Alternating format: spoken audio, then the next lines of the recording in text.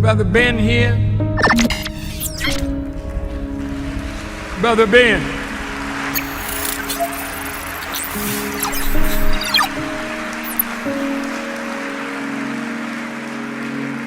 Now, Ben got a heck of a program. A lot of people listening to Brother Ben. And Ben tells them about the minister. And Ben tells them about the minister.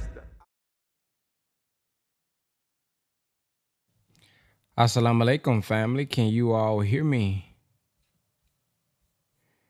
and see me? I'm going to have to go get something. Yes. If y'all don't mind. Yeah, I'm going to have to go get my notepad.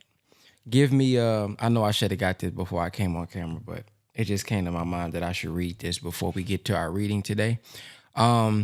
Sister Randisha, if you can put in the chat for everybody, give everybody while I'm stepping away real quick, the Banker's Code PDF so that they can go ahead and have it. We're going to be on pages, not pages, but chapters 4 through 7.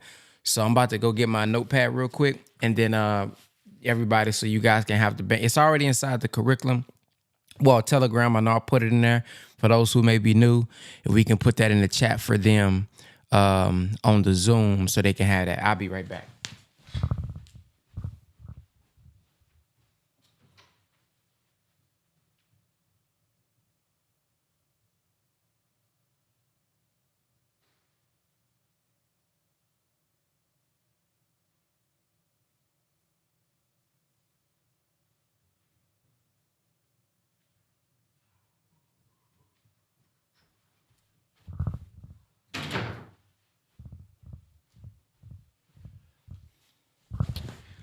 All right.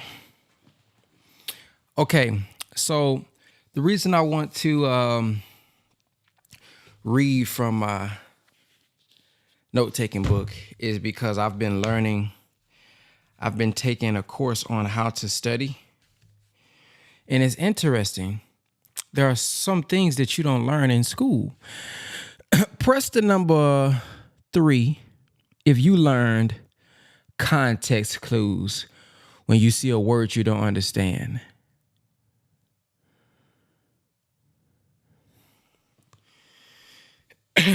Like if you're reading and you don't know a word, you kind of use context clues. Like, okay, what could that mean based on what you read before and after? Okay, that's what it means. If y'all don't, that's what I was doing. I've been doing that all my life. Whew, I'm tired. I've been doing that all my life. Since I had to put 0. Ooh, I don't know what that kind of teaching is right there. She said 0. That's below 3. I only found out. I don't know. Yeah. So as I've been studying the course that is called the Basic Study Manual, I believe is what it's called. Yeah, Basic Study Manual. Now. The reason I want to share this is because we're going to start studying a little different because it clicked to me. We can read these books together, but if people don't know what they're reading, they just getting on the power call just to get on the power call. And it sounds good and you like the feedback, but your life ain't changing.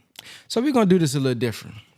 So what I want to do, I want to read first. I want to read my notes that I took from chapter 1 of my study, and then you guys, you take it however you take it, and then we're going to strive to apply it to make sure everybody is getting it, not just reading it, but getting it, not just coming on the call, but getting it. If we're going to spend 1 hour, 2 hours on these calls, we need to be really understanding, okay?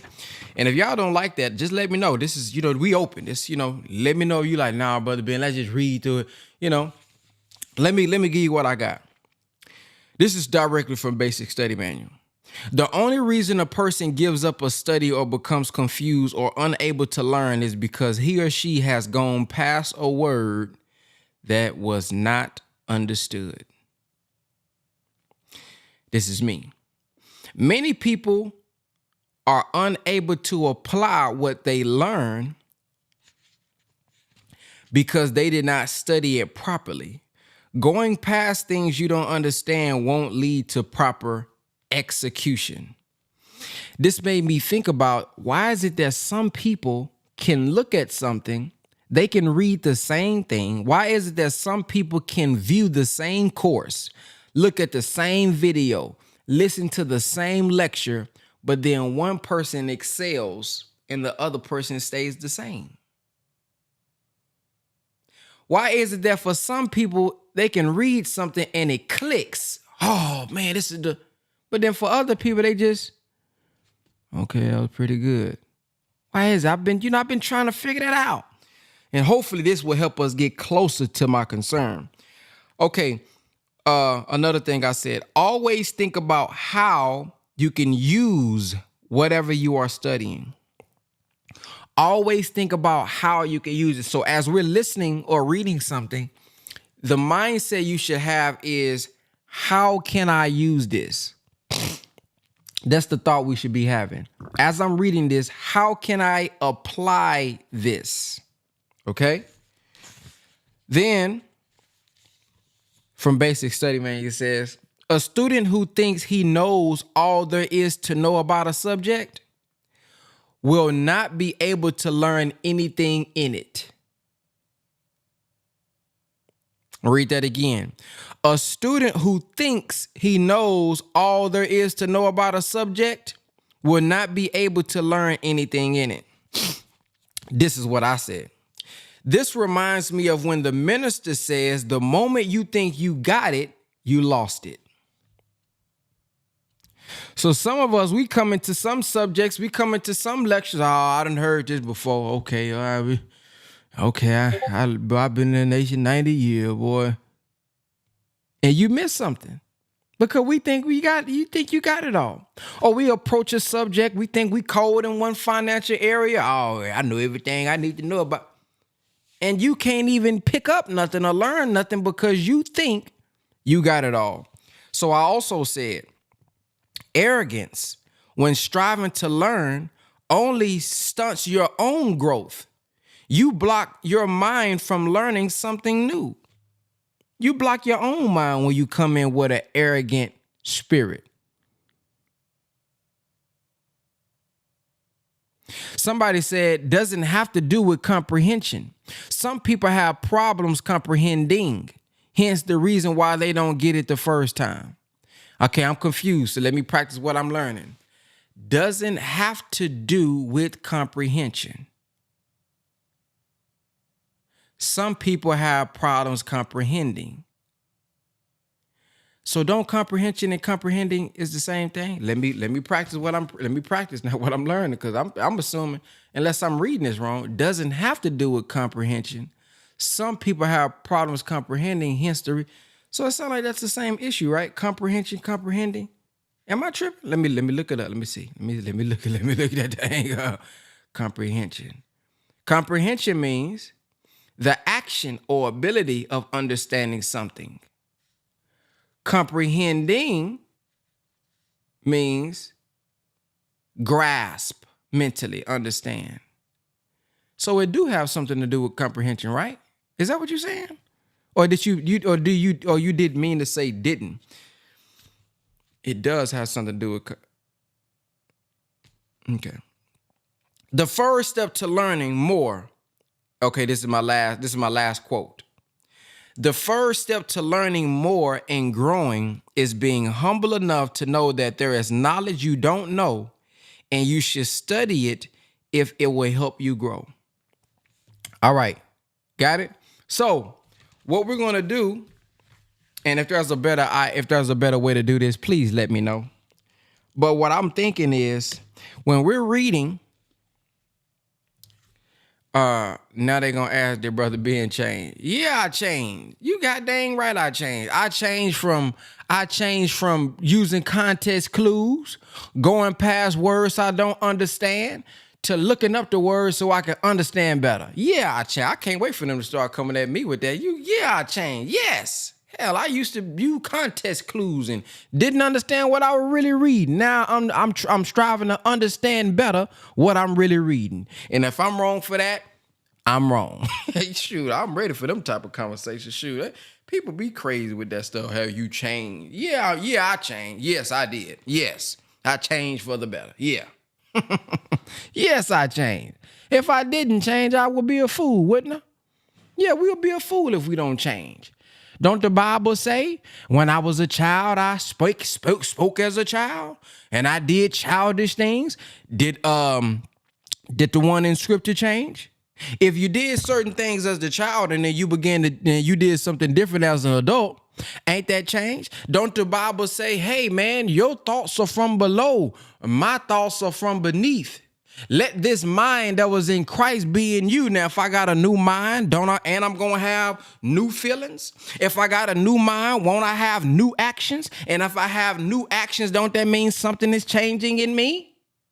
Don't when it say be ye transformed by the renewing of your mind. Well, let's look at the word transform. Yeah, because I know y'all watching. I know some of y'all critics is watching. Let me go on, bust it up right now. Here we go. Be ye transformed. Let's look at the word transform. Okay.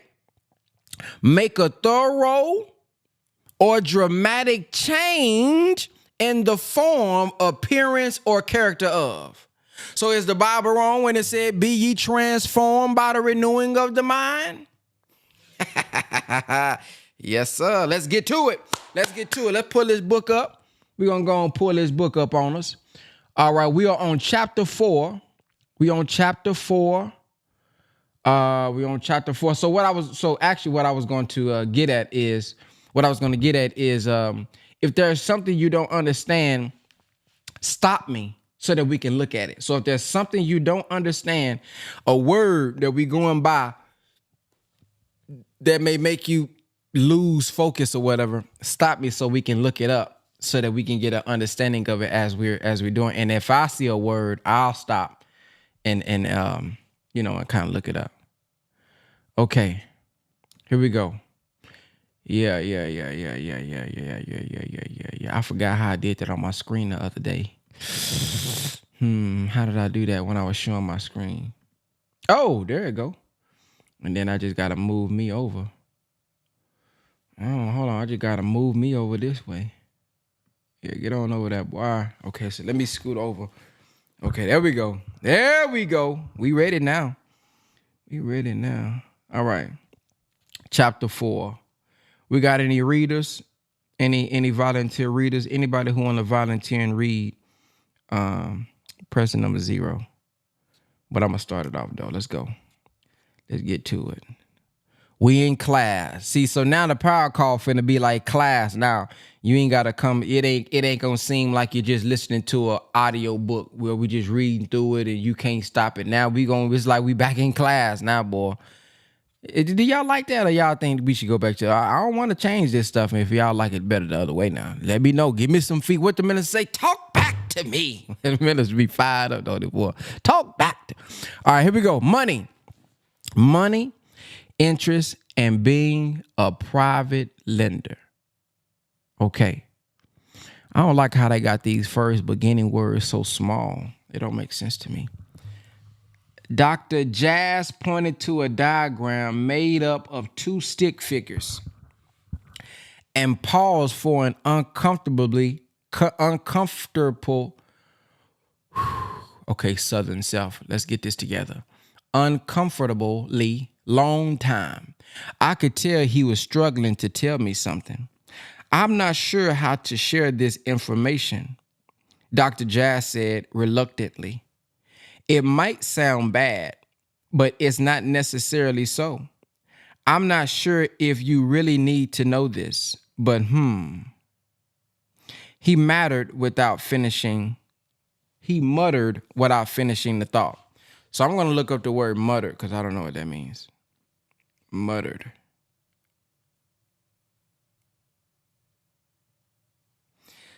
Say something in a low or barely audible voice. Okay, y'all got it? So I'm not sure if you really need to know this, but he muttered without finishing the thought. So he said something low in an barely audible voice. I couldn't figure out what he was about to say. See, there go the context clues. See, I would have just used the context clues earlier. I couldn't figure out what he was about to say, but I kept thinking. After all, he was pointing at stick figures. How bad could it be? Well, turns out it was certainly eye-opening. Imagine a world with two people, Bob and Carl. Bob has 1,000, and that presents all the money in their world. Okay, now Carl needs 500, so he borrows it from Bob at 10%. Carl agrees to pay Bob a total of 550 principal and interest. Sometimes later, Carl pays back 500 of the 550. Bob now has his 1,000 back and is awaiting his remaining 50 in interest. But the 1,000 represents all the money in the world. Where will Carl get the remaining 50? So Carl can do one of two things. He can work for Bob in place of paying him 50, or he can borrow the money from Bob to pay him back. Let's consider the latter. Once again, Carl borrows 500 at 10% interest. He again agrees to pay Bob 550 principal and interest. In addition to the original 50 in unpaid interest, Carl now owes Bob a total of 600. Sometime later, Carl pays Bob 500 and has 100 of unpaid interest still to pay. However, Bob has the entire 1,000 that exists in their world. As before, Carl has no way of paying Bob the remaining 1,000. I don't know what they're saying right here because it's cut off. And once again, he has two choices: work for Bob or borrow more money. By now, I hope you see that as long as Carl keeps borrowing money from Bob, he will owe more and more until the point where he will have to work for Bob. The point of the story above is that as long as someone charges interest, this created money does not really exist. Therefore, at some point, someone will have to work for it or keep borrowing money until they work for it. One can argue that someone could borrow the money, create something of value, such as bake some bread, and profit from it. That is true. But the cost of money, the interest, is being passed along to the ultimate consumer of that product. So the consumer ultimately pays for that interest through borrowing more of working for it, or working for it. I'm sorry. They have to work hard for that created money. I recommend that you think this all the way through. It's not easy, but at the core of it, we end up with the three teams: consumer, producer, and banker. The consumer borrows money from the banker and pays interest. The producer borrows money from the banker, creates a product or service, and passes the interest to the consumer, which ultimately means the consumer pays for the interest along with profits to the producer. Yes, there is value to the consumer, but let's focus on the money flow here. Ultimately, the consumer pays for all scenarios by eventually working for the banker or borrowing more money, which gets him into more debt, resulting in him working even more for the banker. Under these circumstances, it should be no surprise that with many couples, both parties have to work and are still barely making it. It also helps to explain why 34.5% of the average American's income goes to financial institutions to cover interest alone. They are working for the banker. Now, that might seem unfair. Well, there are several ways to look at this. At the end of the day, the consumer is getting something of value and is willing to work for it. There's nothing wrong with that. Banks create new money with interest. Someone has to borrow more money or work to pay this off. Let's take this to an extreme. The Federal Reserve System is a form of bank. It's privately held, not a government entity. They charge interest on money they lend to banks. And this interest, no, not zero if you like to read. Press zero if I go past a word that you don't understand. They charge interest on money they lend to banks. And this interest is passed on to the public, consumers, and producers. I'm going to read that again. They charge interest on money they lend to banks, and this interest is passed on to the public, consumers, and producers. That means every consumer in the country has to work or borrow to pay off the Fed in some way. They are the ultimate bankers. So what's the point of all of this? It's quite simple. Every time you charge interest as a private lender, you create new money that did not exist before, and some has to pay it off by either borrowing more money or by working for it. This is the reality of the world. But wait, there's more. As a banker, it's important that you spend time to understand how money works. As described in the previous section, let's look at how the monetary system works. In the past, a paper dollar was backed by gold or silver. Now it's not. It's backed by a promise of the government. That's what is known as fiat currency. A paper dollar can be redeemed only for another paper dollar. Money is truly debt. And if there were no debt, there would be no money. The importance of this is very significant, and the details are beyond the scope of this book. Please refer to the resource page in the back of the book for more information, or we can refer you to additional videos found on our website. Money is debt. Being a private lender, imagine being in this business, your company, takes little risk and shifts it to others, makes more money with less work than most other companies, always gets paid first, needs no money of its own, borrows all the money it needs at very little cost, lends out the money and shifts the risk to the borrowers, has consumers fighting to lend you money at 1% or less when inflation is 5 times that, offers only the belief that money is safe. What a business. Obviously, we're talking about banking. But what if I said you can mimic the same process and make money like a bank? If you could make money without having to get a bank license, without having to be rich, without anyone checking your credit, which you want to, people are doing it every day. People that have discovered the code are doing it and generating great passive income just like the bank. The power comes from that one single word that allows the average person to implement the banker's code, and it's 100% legal. The word is hypothecation. You know I got to stop that one. All right, let's look that up. Hypothecation. First, I need to see how you say the word. Let's see. Hypothecation. Okay. Hypothecate. I got it. So what does that mean? Pledge money by law to a specific purpose. She arranged to hypothecate her half of the equity to pay for the charter. Let me look up another definition. Hypothecate. To pledge as security without delivery of title or possession. So I'm wondering if that's like collateral. Let me read. Oh, yes, it explains it on the next sentence.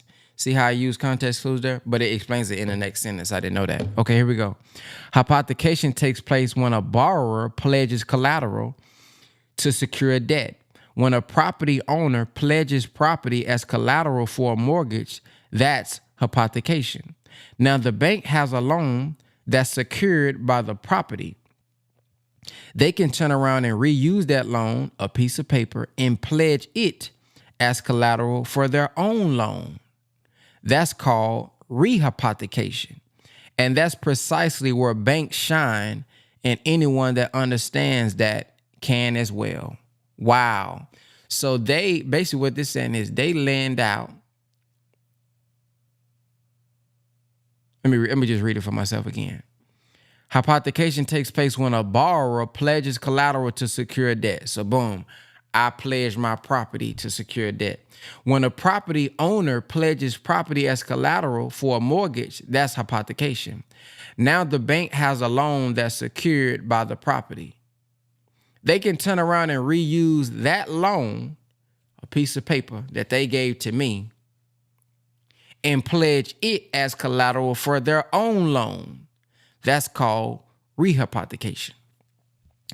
And that's precisely where the banks shine. And anyone that understands that can as well. The most important word in banking is hypothecation.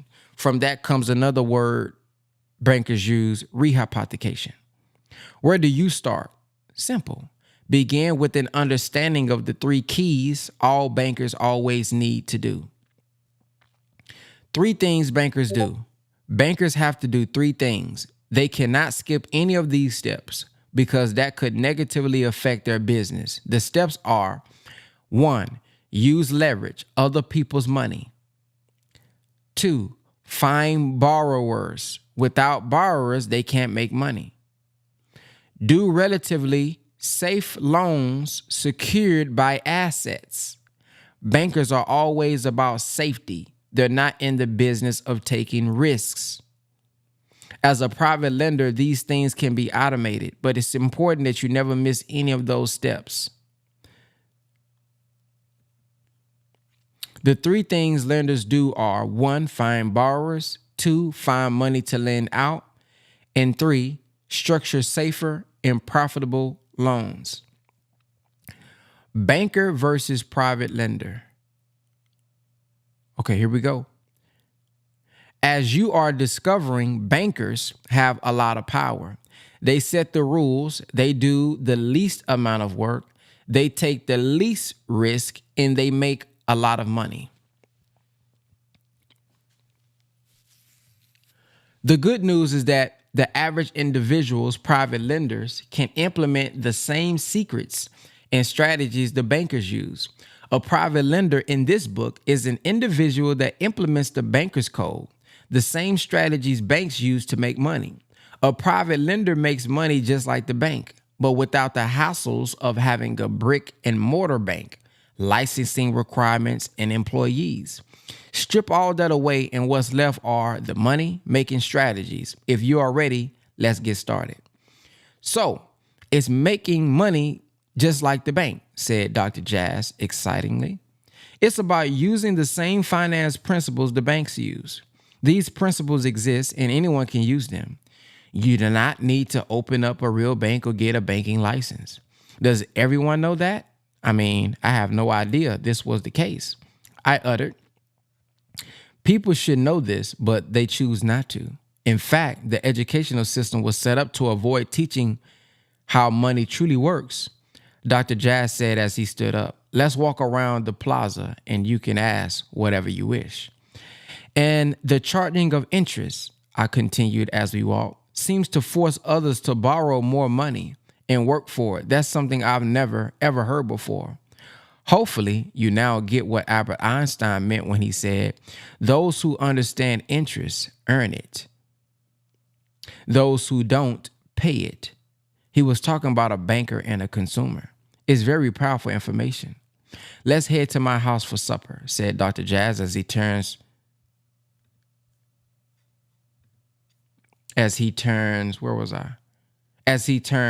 towards home. As we walked, I continued trying to absorb all this information. We'll talk along the way about how to make this work for you, he offered. As we approached his house, Dr. Jazz's many grandchildren ran to him. Less infants. Allez les infants. He laughed heartily and fondly, introduced me to his family members as he walked me to the dinner table, happy to have the children around him. The doctor was a man of many surprises. I had no idea he spoke French. Chapter summary. Banks create new money with interest. somehow has to borrow more money. Someone has to borrow more money or work to pay this off. The most important word in banking is hypothecation. From that comes another word bankers use, rehypothecation. Three things bankers do: use leverage, find borrowers, do safer and more profitable loans. Private lenders are individuals that can make money just like the bank. Okay, now I want to read something as we go through this. Since we are Muslims, right? I know everybody here is in a Muslim by title. But I want to read this from the Quran. Sister Cheryl shared this with me the other day. So I want to read this from the footnotes about interest or usury. Sister Diabra, is there a word you don't understand? No, sir, I'm sorry. Say it again. I can't hear you. No, sir, I'm sorry. Oh, okay. All right, where was I? The balance of interest. All right, here we go. So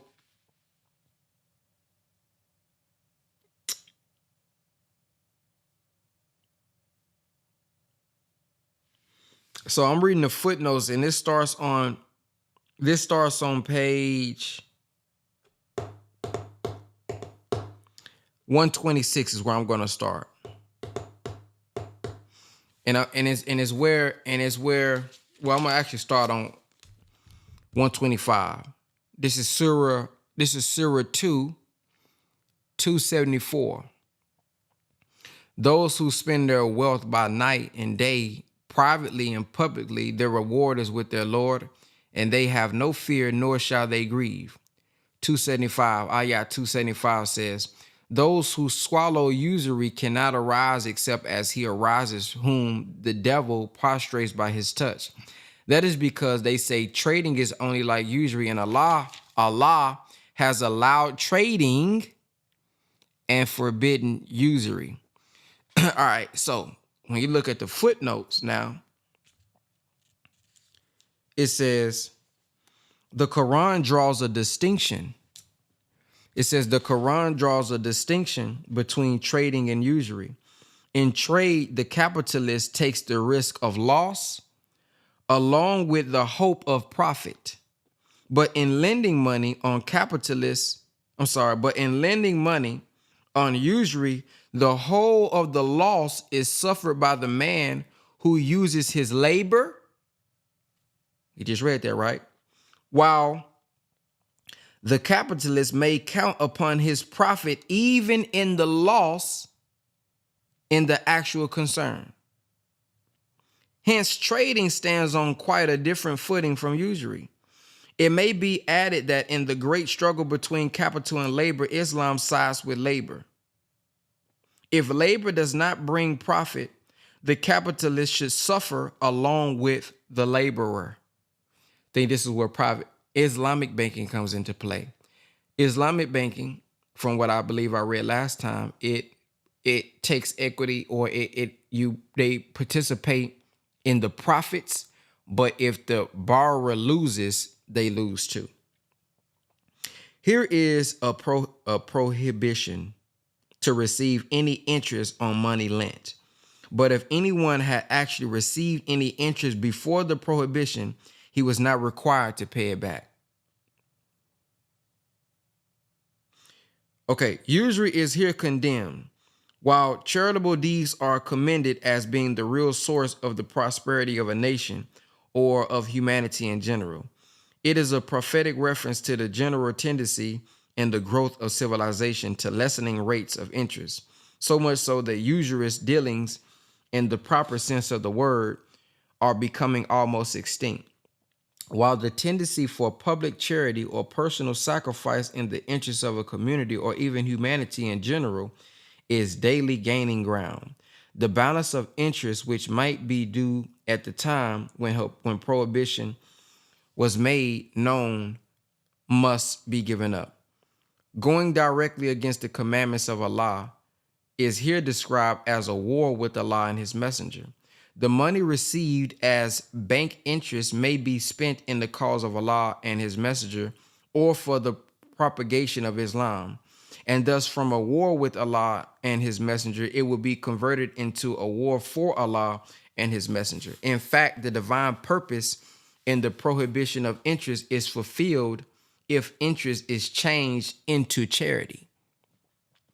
The meaning is that the debtor shall not be made to pay more than the sum lent. Meaning, for those who may not know, the debtor is the person who takes on the loan. So the debtor shall not be made to pay more than the sum lent. This indicates the kind of sympathy Islam demands. The poor man is not to be prosecuted and thrown into prison, and payment of debt must be postponed till the debtor is able to pay, or better still, the whole may be remitted as charity. The subject of usury, which is connected with the lending and borrowing of money and trading in general, brings us to the subject of contracts. If Islam enjoins charity and prohibits usury, it requires at the same time that the greatest precaution must be taken for safeguarding property rights.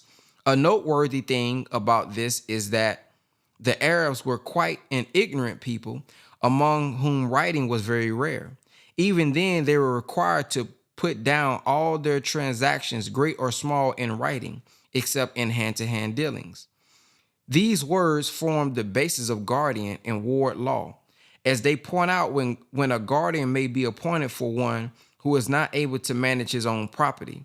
The word, which I have translated as weak, really signifies one too young, a minor, or one too old. Thus, a guardian may be appointed not only when the owner is a minor, but also when his understanding is not sound on account of age or any other reason. Okay, think that's it. There was something I was looking for though.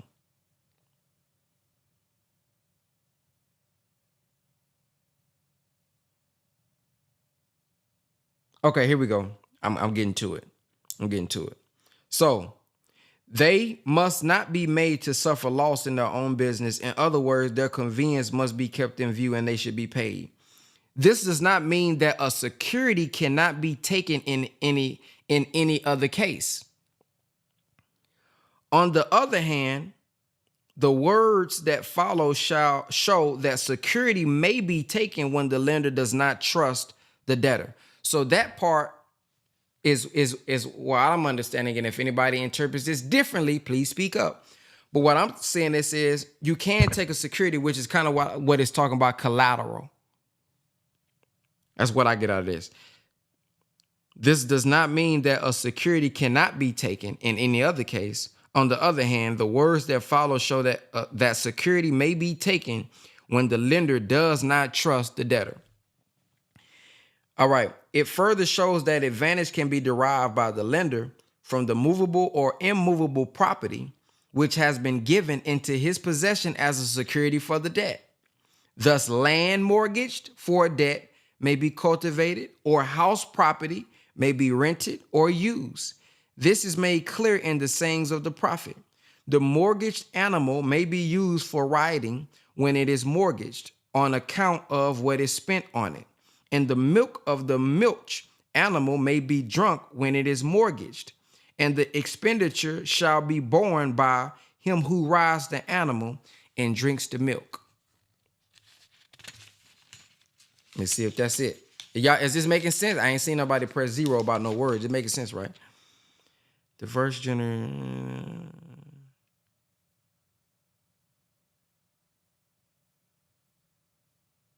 Okay, I think that's it. I think that's it on that.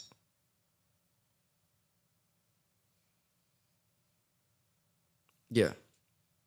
I think that's it on that. So I just wanted to give that context.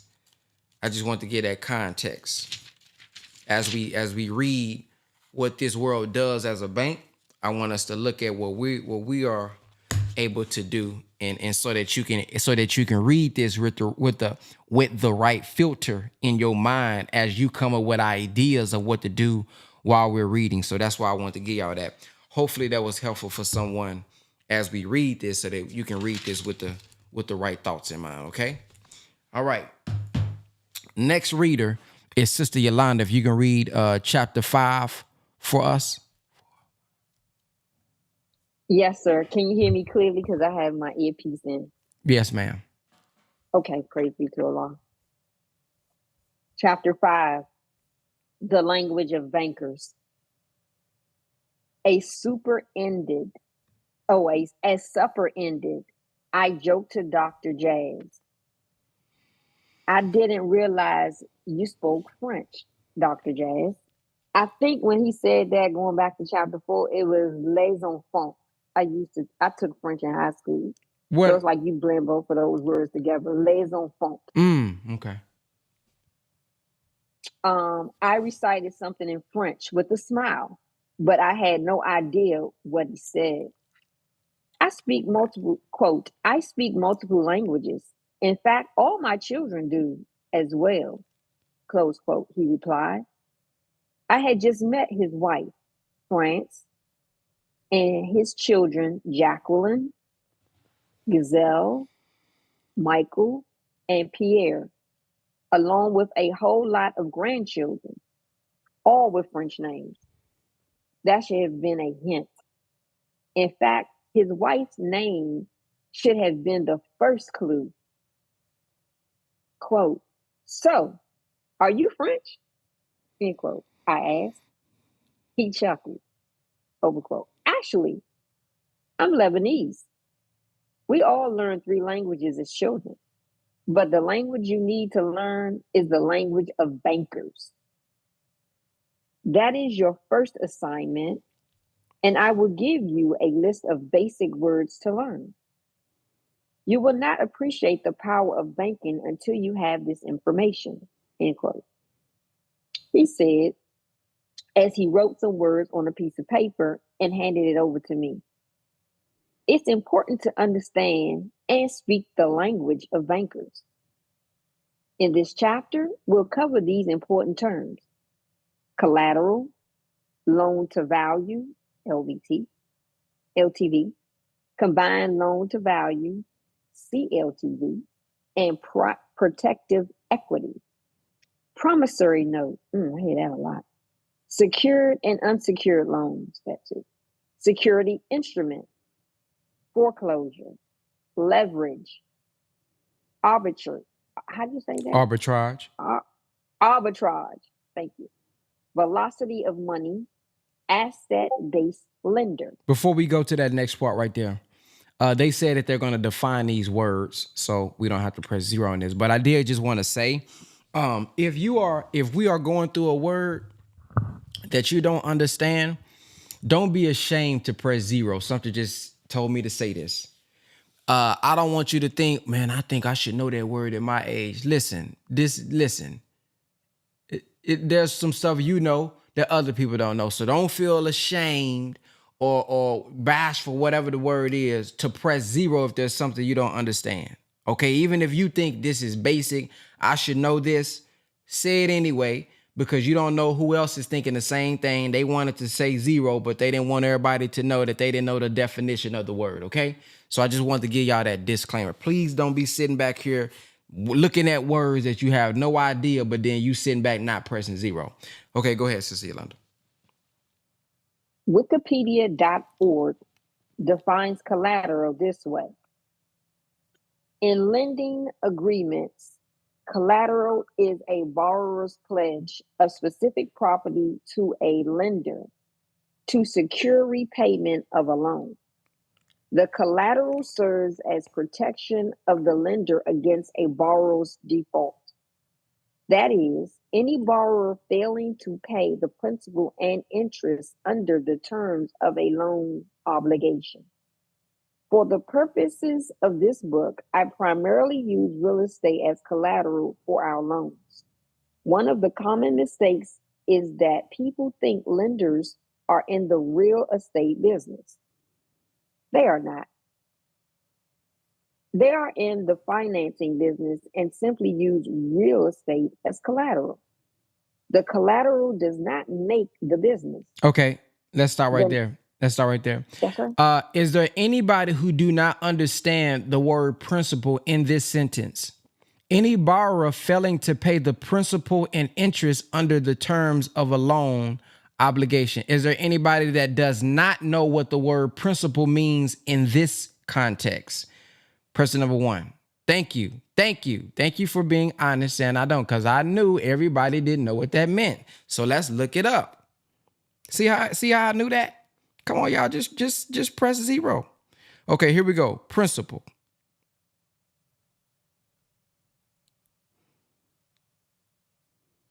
Because I know we know principal to mean the person who runs the school. We know principal to mean, hey man, I'm just doing this just all principle. But that ain't what it mean right here. You know, different spelling. All right, here we go. Principal.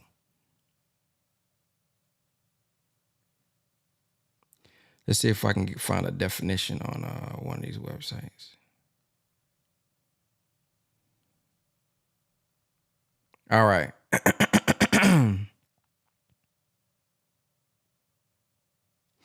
Principal refers to the baseline sum in financial transactions, the initial amount invested or borrowed.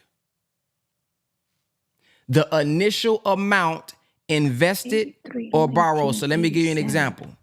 If I put in $500 in the bank and I gain interest of $600, 500 is my principal. If I put in a trading account, I'm trading, doing futures, I'm doing Forex, whatever. I put in $5,000. I put in $500. My account is growing, and I may say, and the teacher may say, now take out your principal. Take out your principal means take out what you initially invested in. Got it? So if my money made 100%, man, I put in 5, man, my account at 1,000. They may say, okay, now take out your principal because everything in there is all profit. That's just free money, basically. Take out your principal. Y'all got it now? Thank you. Please, again, if we go past a word you don't understand, please press 0. Okay, go ahead, Sister Yolanda. For the purposes of this book, I primarily use real estate as collateral for our loans. One of the common mistakes is that people think lenders are in the real estate. I read that already. Yeah, you did. You can keep reading, though. Okay, real estate business. They are not. They are in the financing business and simply use real estate as collateral. The collateral does not make the business. The next terms on the list are LTV, CLTV, and protective equity. Let's start with LTV. It stands for loan to value. The LTV is simply the loan amount divided by the value of collateral or property. For example, if we loan someone $65,000 against a property worth $100,000 that has no other loans, the LTV is calculated as follows. LTV equals loan amount / value of property. LTV equals 65,000 / 100,000. This gives us an LTV of 65%. Can I read? I'm gonna read that again because I was read that for myself. The next terms on the list are LTV or loan to value is simply the loan amount divided by the value of the collateral or property. For example, if we loan someone $65,000 against a property worth $100,000 that has no other loans, the LTV is calculated as follows: loan amount value of property, LTV 65,000 divided by 100,000. This gives us an LTV of 65%. So the loan to value is 65%. The loan amount, I'm just trying to interpret it for myself. The loan amount to the value of the property is 65% because it's worth 100,000. So I loaned you 65% of it. Does that make sense for everybody? Y'all got that? And yes, we already did define collateral. It defined collateral right up there. So in this area right here, this is where collateral is defined. So I'm assuming that if let me just give another example. If I'm loaning, if I'm trying to rent a building or whatever the case may be, I'm doing a loan for a car, and the car is worth $100,000, and I loan $50,000. The LTV is 50%, loan to value. So the amount that I gave up or loan to the total amount of it is where the percentage comes in. All right, continue.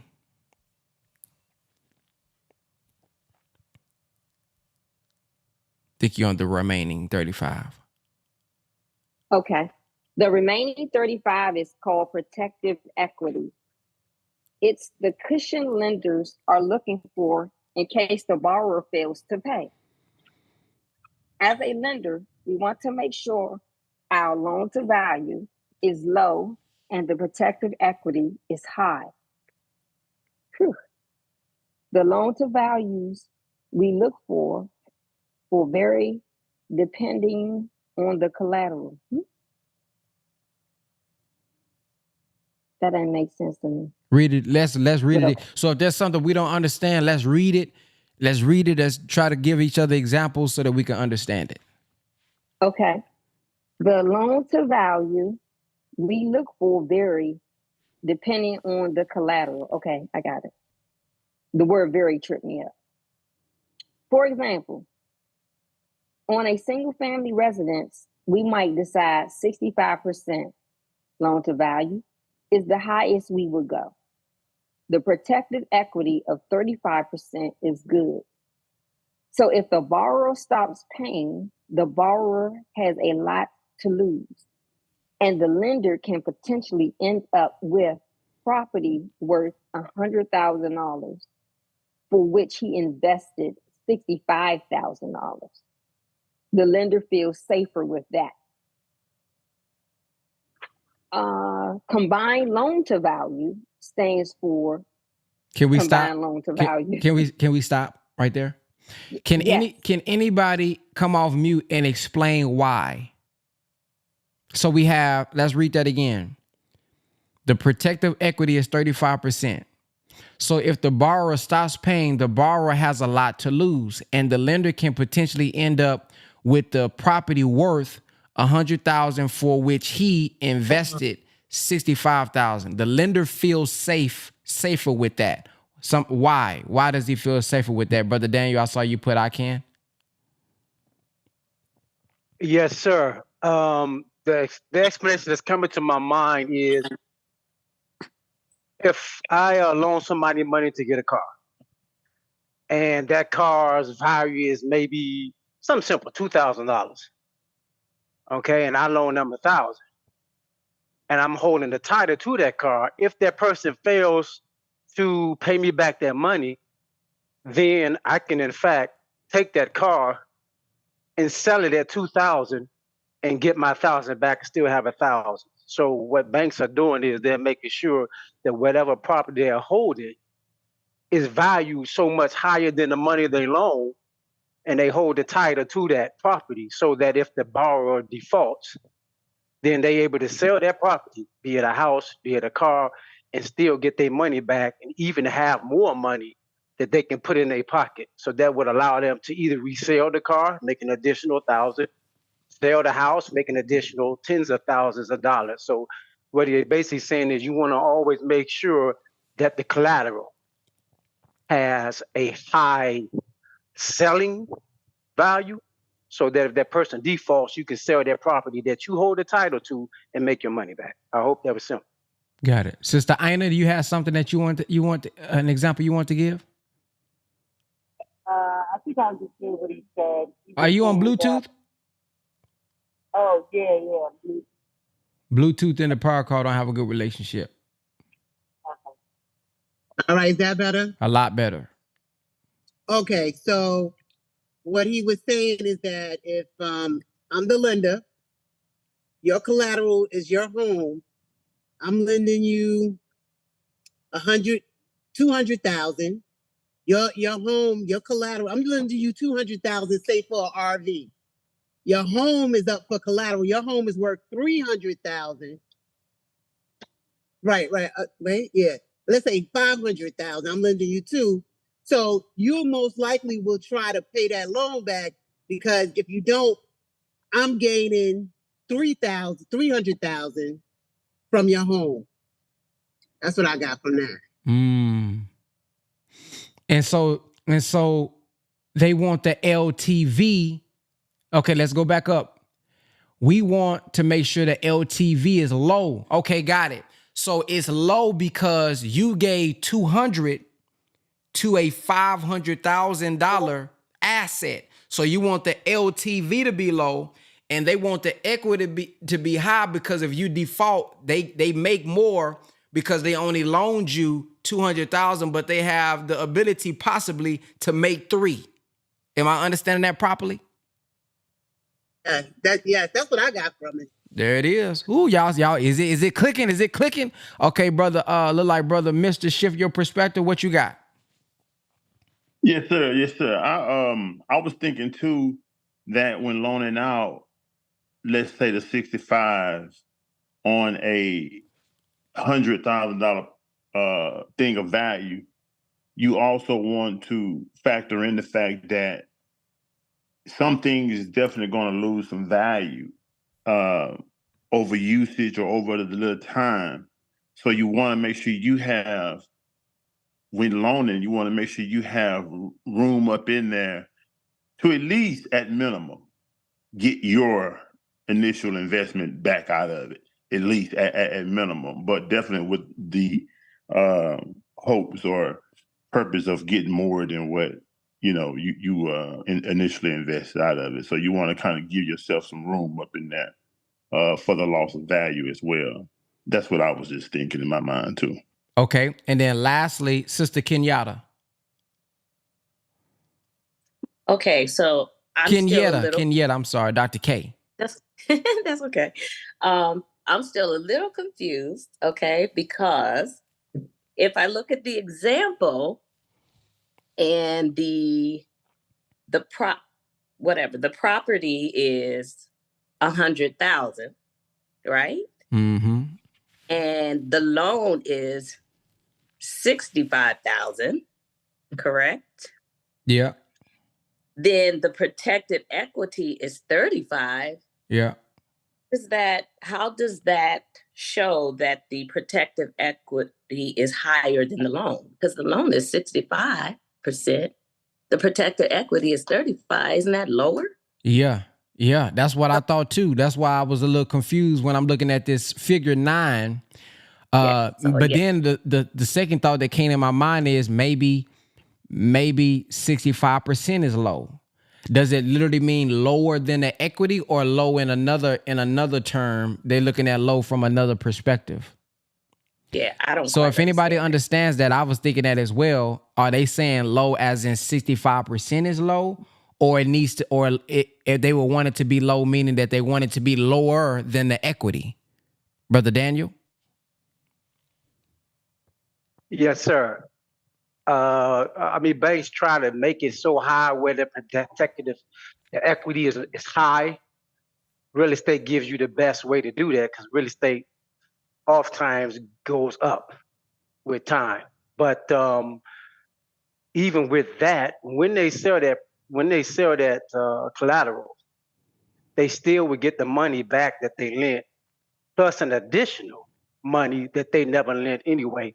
So, banks try to get that portion as high as they can, but even then, with that 30,000, they're still going to get back the money that they lent, plus an additional 30,000. So anywhere it goes, the banks win. Okay. I think we about to get our answer as we read a little bit more down here.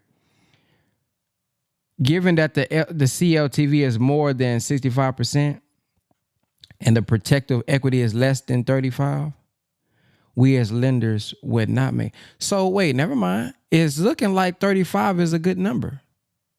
It looked like, because it says less than 35. So it's looking like we may be interpreting it wrong. It's looking like they're saying 35 is good. 35 is good. Okay, Javon, go ahead. Okay. Assalamu alaikum. So from my understanding, like if you look at the 100K as a bucket, that 35K is basically like your cushion, right? So if I'm lending out 65%, that 100K is the total bucket, right? So if this goes wrong, no matter what, I still will make 35K out of this deal, right? Mm-hmm. So in terms of that 65 divided by 100, that's a percentage. That's like an indicator, right? So if I'm a person that's lending out loans, I'm looking at that indicator on every loan that I'm lending out. And now it makes it easy for me to know whether or not this is just a good loan or a bad loan, right? So if it goes up in percentage, so from 65 to like, let's say it's at like 95, that's a high risk loan, right?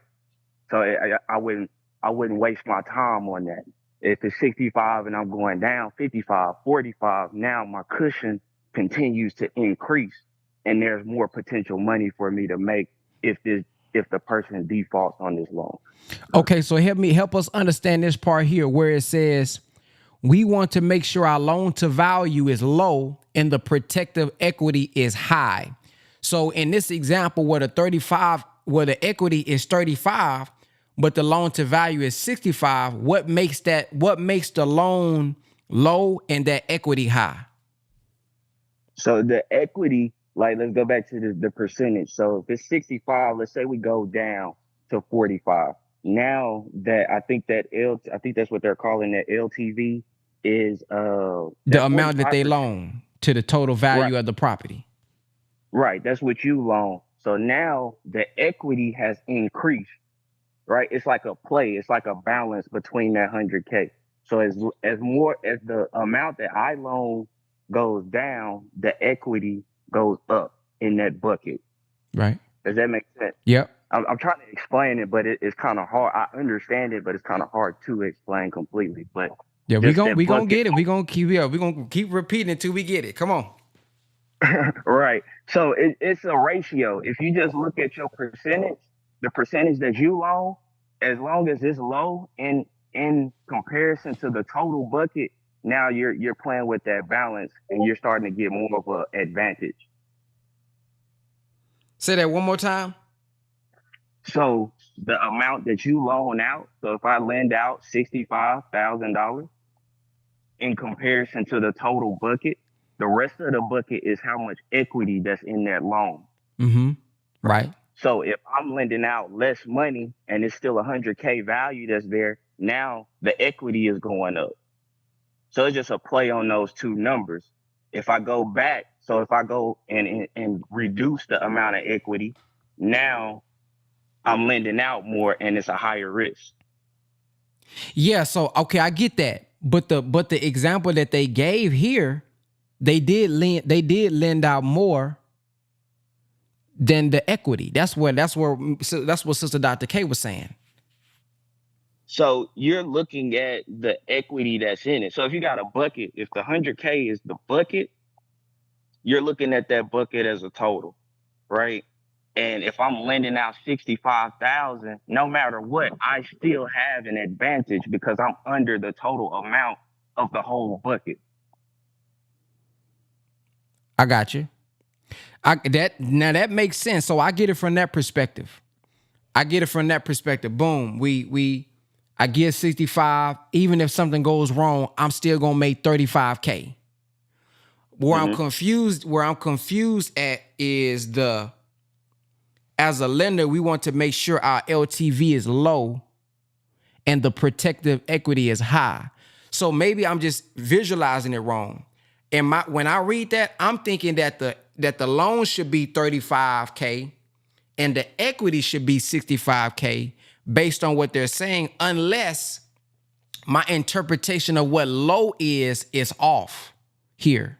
So, if I can make it really simple, if you look at LTV and it says 65,000 divided by 100,000, let's make that a simple ratio, which is like 6.5, right? That's what that is. That's a 6.5%, right? So if my LTV goes down and like it goes down to 3.5, that's low. If it goes down to 2.5, it's lower. But as it goes down, the equity is increasing. So if I'm at 6.5, my LTV is at 6.5, my equity is at 3.5, right? If I go down to 4.5, my equity is now at 6.5, right? It's just a balance between the two. So you want your LTV to continue to go low, low, low, low, and have as much equity in that asset as possible. Okay, Brother King Cam, what's your thoughts? Yeah, way brother Javon was breaking it down was right. And when he used the term indicator, indicator is, I think for me, is like the key thing, because what they're saying is 65% is the highest they'll risk in the deal for the total bucket of 100,000, because they know at the minimum they can make the 35,000. So as the LTV goes up, which is from 65,000 to say 75,000, now you at 75%, that means your equity is going down.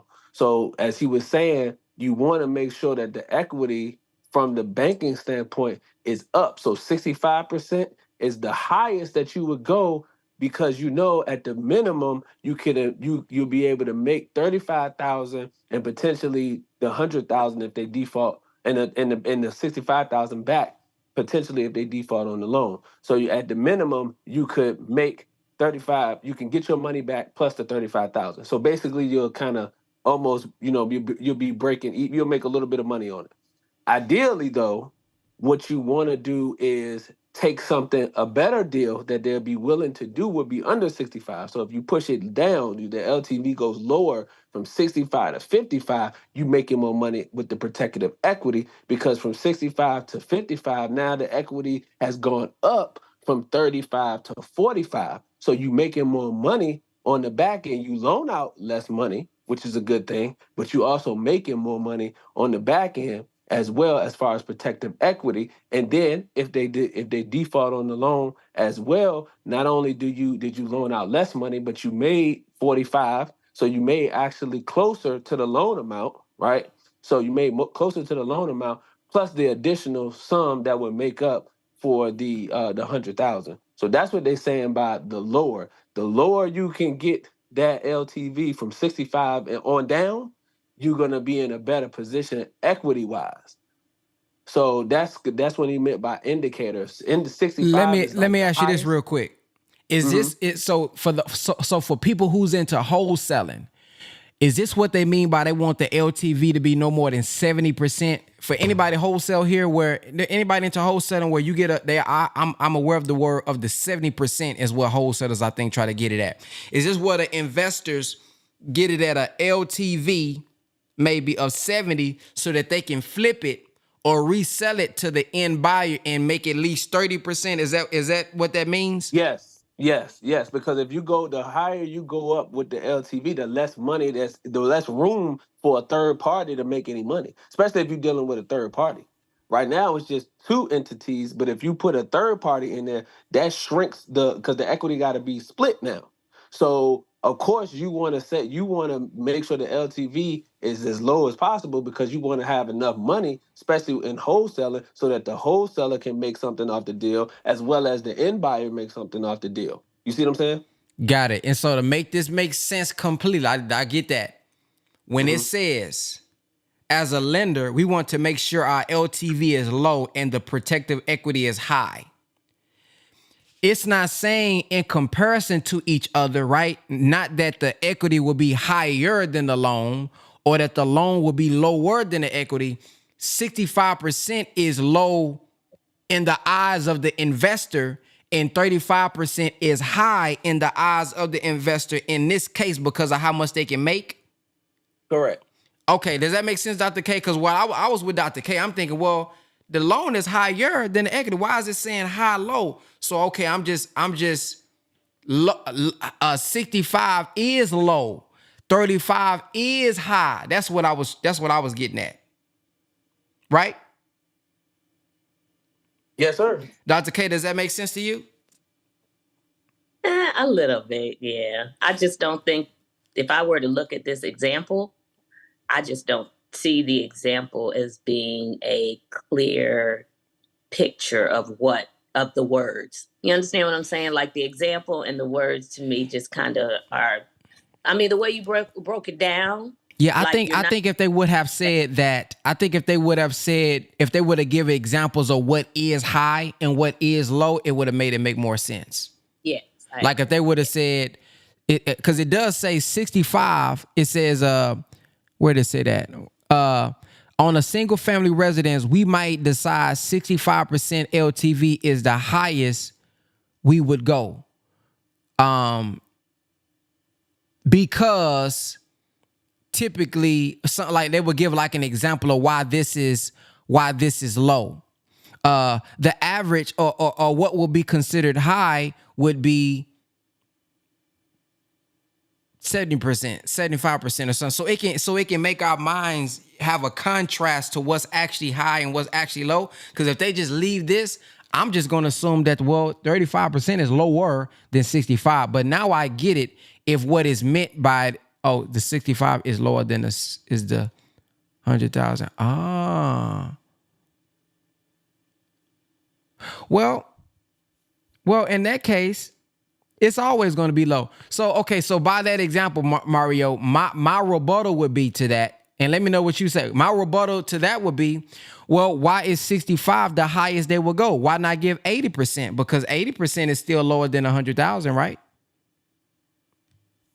What would your response be to that? But your equity got smaller though. You done went down all the way to $20,000 in protective equity, but you loaned out 80 on a total value of 100,000. So if they default, you get your money back, but you only make 20,000. So So then what if my rebuttal is, well, you only make 35,000 on the example that they gave? Well, you made more than I would assume that's because you made more than 20,000, so you made 35, but you loaned out less because on the $20,000 deal you loaned out 80, on the $35,000 deal you only loaned out 65. Okay, but if by that logic though, I loaned 65 but made 35, so I still made less than what I loaned out. It's gonna be that way. But the idea is to make the 35 across multiple deals though. You see what I'm saying? So you're gonna compound that, and the fact that again the risk is more on the borrower, not on the lender, because you still in the position to make more money and still get your asset and still get the asset. Yeah, I don't move back to Dr. K side because if that's the case, if I loan 65, I get my 65 back, but I make 35. So if y'all saying the reason is because it's still lower than 100,000, if I gave 90%, I'm still winning. I made 10. I still made some money. It depends on what you define as good. So it's like at that point you're a banker. So it's like, what do you want to make out of this deal? Right. So that's what I was getting at as far as that's what I was trying to get at from the banker's perspective. Maybe they see 35 as high. That's the only way this makes sense to me. This example makes sense to me if what they're saying is 35% is high and 65% is low. Yeah. Family, hey, what we do have to take into consideration is the particular asset. You know, a car depreciates as soon as you drive it off the lot. So a car is more risky than a house. Houses go up, cars go down. So that LTV would vary based on the commodity. That you're dealing with a That car, you're dealing with a Rolex, you're dealing with a house, so they base their LTV based on what they lent the money for.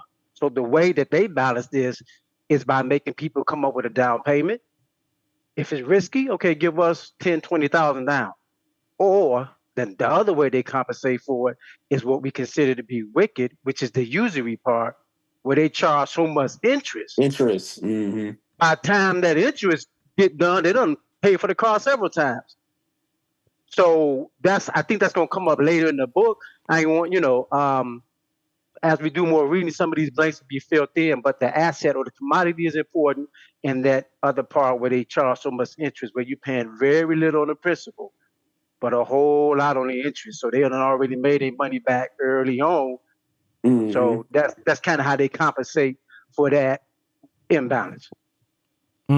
Beautiful. That was a good way to add that, because that is important. The asset is important. Got it. Dr. K, you got any more questions? I want to make sure we got it before we move on. Yes, I think I just have to, once I go on, everything will kind of start adding up once the other pieces are added to it. But yeah, I think I understand it enough. Got it. All right. Now look at this, y'all. What I want to point out is that whether we know it or not, if we buying property and we mortgaging, this is happening in our own lives. And look at what we don't even understand. Now on our end, we just saying, okay, I got a little mortgage, I'm gonna pay monthly. But look at what's happening with the economics that we not even aware of and we don't even understand, but we in it. Whether we understand it or not, we in it. We got a loan for a car. This same situation with cars, houses. We doing it. We in this equation. Well, we don't even know what's going on around our heads, boy. We just going to work and making sure we pay the bill to the bank every month. But we don't know this is what's happening with our money. Man, this is some revealing stuff. Can I just say one thing before you go on? Also, this makes sense that even though, let's say you lend out the 90%, yes, you're going to get a profit. But if you lend out the lesser money, by them paying back interest rate, that money you can then take to invest in whatever else you want to invest in as well. So that makes a difference too. So yes, you can lend out the more money and you'll get your $10,000 back or your $20,000. But if you lend it out the other way and it's only the $65,000, the money you get back by them paying the interest rate, you can then take that money to invest in whatever you choose to invest that money in too. So yeah, it looks like it's not that much that, okay, 20,000, 10,000, but now let's just say you got $10,000 that you can invest in something else, then you got that 10 grand versus waiting to get that money because you lent out more. Say that one more time. I'm sorry. If you lend out the lesser amount of money and you get the $35,000 back versus lending out the more and you getting $20,000 back, you get a $15,000 more where you can take that money and invest it in what you want to invest it in, because it's compact. By the time you do it more and more and more, and depending on what value it is, Rolex, house, boat, depending on what loses value, right? The money that you get back within that time, you could then take that money and invest it. Imagine you have 15 grand and you got different people you want to lend that money to. You have that. But if you lend out the more money, you get less back. You don't have that money to invest in anything else you want to invest in. Got it. Yes, ma'am. All right, where were we at, Sister Yolanda? I think we stopped at, I think you was going to, CLTV stands for?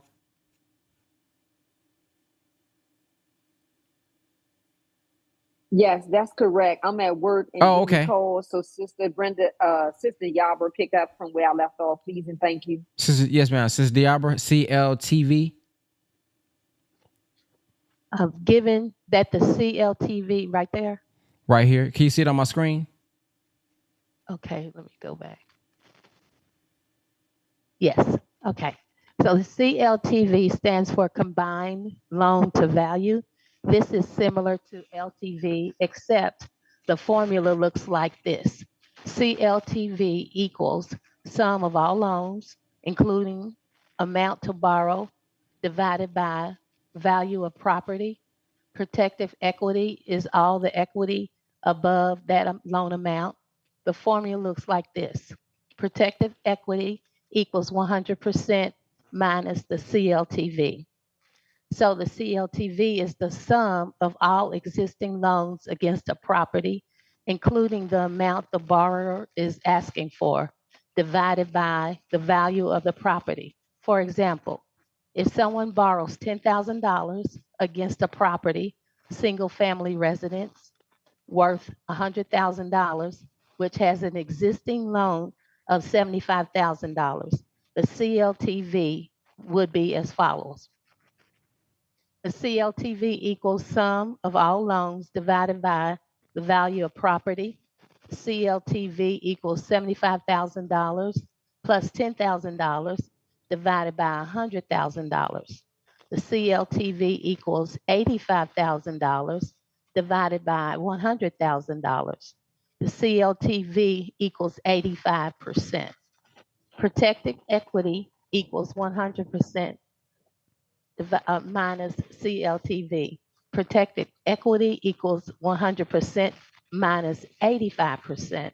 Protected equity equals 15%. Given that the CLTV is more than the maximum 65,000 LTV from our example above, and the protected equity is less than 35%, we as lenders would not make this loan. There it is. Hold on, stop. There it is. That's our answer. They would not make that loan. Given that the CLTV is more than the 65,000. Oh, okay, it's more than. Okay, more than the 65,000. And the protective equity is less than 35. We as lenders would not make this loan. So what I'm getting from this is that 65 from this perspective of LTV is a good amount. 35 is a good amount. It's not that because the 35% is lower than the 65% that's the comparison. What would be the comparison is that the standard is 35%. The standard is 65. So anything over 65% is high. Anything below 35% from the protective equity is low. That's what I was trying to get answered. Is it because I'm thinking when they gave the example 65 and 35, well, 65 is more than the 35. No, what it's saying is 65 is the standard, 35 is the standard. Above 65 is high, below 35, the standard is what makes it low. Okay, I got it now. Go ahead. Through the rest of the book, I'll use the terms minus CLTV and LTV minus interchangeably. Simply use the formula for CLTV when doing calculations. The LTV is one of the most important numbers in lending. It should be a lower number, typically 65% or lower for residential properties, 1 to 4 units. The maximum LTV on a single family home or residential property, 1 to 4 units, should be no more than 65% in most areas and situations. Download the free spreadsheet calculator, more instructions found in the resources page at the end of the book that helps you easily make these calculations as well as other tools mentioned in the book. What is a promissory note? A promissory note is a written promise to pay or repay a certain amount of money at a certain time or in a certain number of installments or on demand to a named person. It usually provides for payment of interest. A promissory note is secured if there is some collateral of value that secures the loan. For example, let us say that Joe borrows $10,000 from Sam and offers his house as security. If Joe fails to repay Sam, then Sam can go after Joe's house to get his money back. That is called a secured loan. An unsecured promissory note is simply that, a promissory note that has nothing tangible to back it up. As a private lender, we avoid unsecured promissory notes as much as possible. When lending money to others, private lenders always prefer secure loans against real estate. In this book, we would consider only real estate as collateral for our loans to others. The person receiving the loan proceeds, the borrower becomes obligated to repay the debt by signing a promissory note which specifies amount of the loan, principal, interest rate, interest, amount, and frequency of payments. When the borrower must repay the principal, due date, also known as a maturity date, penalties imposed if the borrower fails to timely pay or tender a payment late charge, or if the borrower decides to pay a portion or the entire principal to the due date, a prepayment penalty. The promissory note also identifies the borrower and the person who will receive the payments, lender or note holder. If you would like to learn more about completing a promissory note, you can find more and access it from the Banker's Codes tool information found on the resources page. What secures your investment? Your investment is secured by a Okay, security. one second. I'm sorry. Let's go back up. Do anybody have a misunderstanding of anything in this section? Does what she just said make sense about the promissory note to everyone? Press the number 3 if you do not understand something that was read in this section about the promissory note.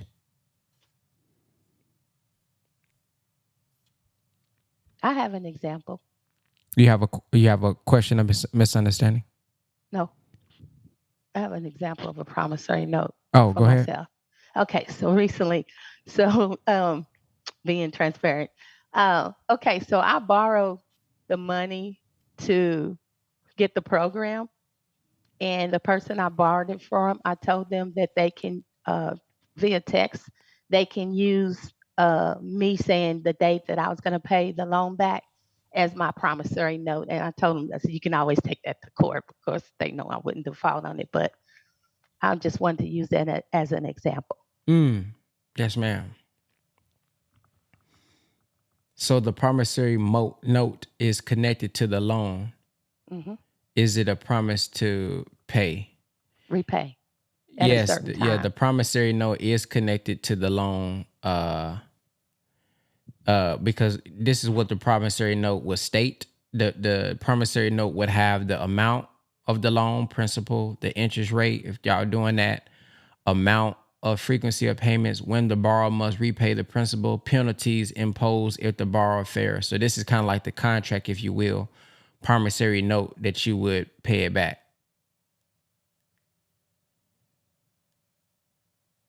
Okay, you can go ahead. What secures your investment? Your investment is secured by a security instrument recorded against the borrower's property. In real estate, there are general 2 types of security instruments, a deed of trust and a mortgage. Unlike deposits in a bank or savings and loan, which are generally insured by a federal agency such as FDIC and may usually be withdrawn with limited notice, the promissory note involves some risk to principal. Involves some risk to principal, a typical feature of all investments. Establishes a specific and predetermined period of time for the repayment of your investment. Does not benefit from insurance issued by federal agency. The security instrument, deed or trust or mortgage, works in conjunction with the promissory note in that it ties the promissory note to the property, the security. So a promissory note by itself, even if the property address is mentioned on it, does not tie it to the property. The security instrument ties the promissory note and property together. As shown below, think of the promissory note as a borrower saying, I promise to pay you, and the security instrument saying, and if I don't pay you, here is the collateral you can go after. And that's the lender note, I promise to pay, security instrument, and if I don't pay, I pledge, da da da. Let's see. A security instrument goes along with the promissory note. As I noted above, in real estate, the security instrument can be either a deed or of trust or a mortgage. They are essentially the same, except for the type of foreclosure conducted. Foreclosure is the legal process by which the lender repossesses, due to non-payment, typically the collateral the borrower pledged. There are two types of foreclosure processes available in real estate: judicial and non-judicial. Foreclosure methods. The judicial foreclosure uses courts, normally associated with mortgage, and the non-judicial foreclosure, not using courts, normally associated with the deed of trust. Figure 11, various types of foreclosures. The first process Can you let's stop. Javar, judicial. So we would need to figure out what this word judicial means. Judicial means.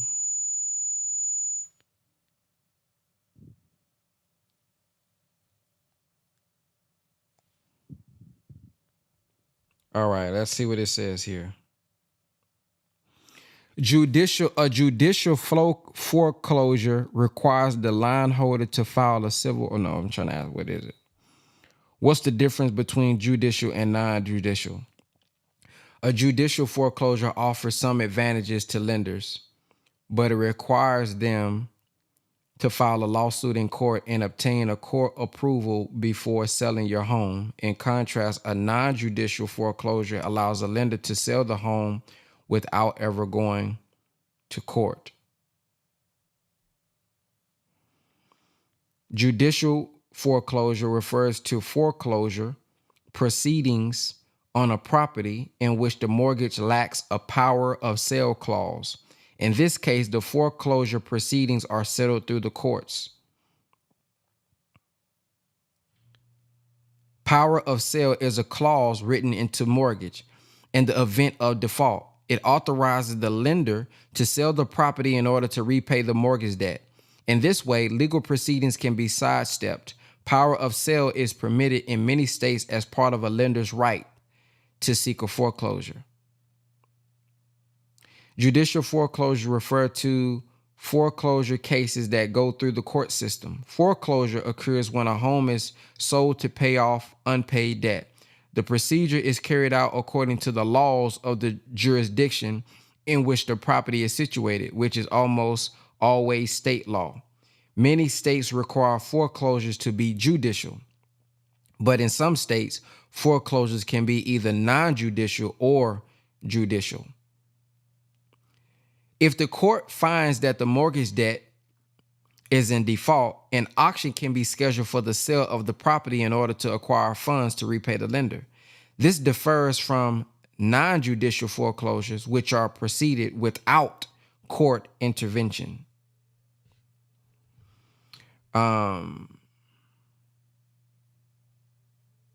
Yeah, so that's what that is. Let's look at the word judicial though.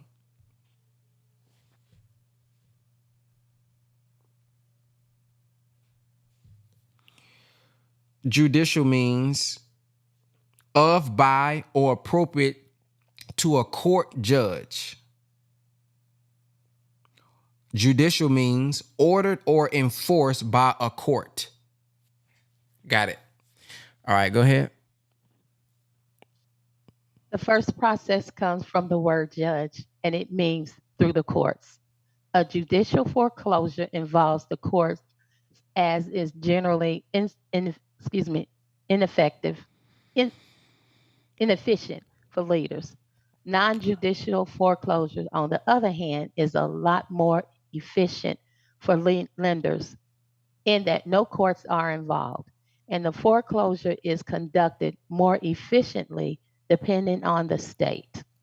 If you would like to learn more about completing a deed of trust, you can find more information at the Bankers Code Tools site. See the reference page. What is financial leverage? Financial leverage is the use of borrowed money, normally used to buy the assets that will generate your cash flow. For example, getting a mortgage to buy a property is financial leverage. To understand wealth, you need to understand leverage really well. Wealth to cash flow to arbitrage to leverage. Figure 12, breaking wealth into basic components. The fastest way to gain wealth is through financial leverage, the right kind of financial leverage. On the other hand, the fastest way to lose wealth is also with leverage, the wrong kind of leverage. The problem is that many people are using the wrong kind of leverage to build wealth, and they are setting themselves up to lose. In this book, I'll cover the right kind of leverage, positive leverage. For more information or leverage, please refer to my book, The Wealthy Code. What is arbitrage? Arbitrage. Arbitrage is the spread between the rate at which you borrow money and the rate you gain from investing that money. For example, if you borrow money at 6% and invest at 9%, you will be making a 3% spread. That's called arbitrage. Cash flow is generated through spreads or arbitrage. Arbitrage is known as a leverage strategy since it involves borrowed money. Arbitrage is the lifeblood of banking. Okay, let's stop right there. Everybody understand that? No, sir. Okay, so like I said, for example, if you borrow money at 6% and invest it at 9%, you will be making a 3% spread. So let me see. Let's say for example,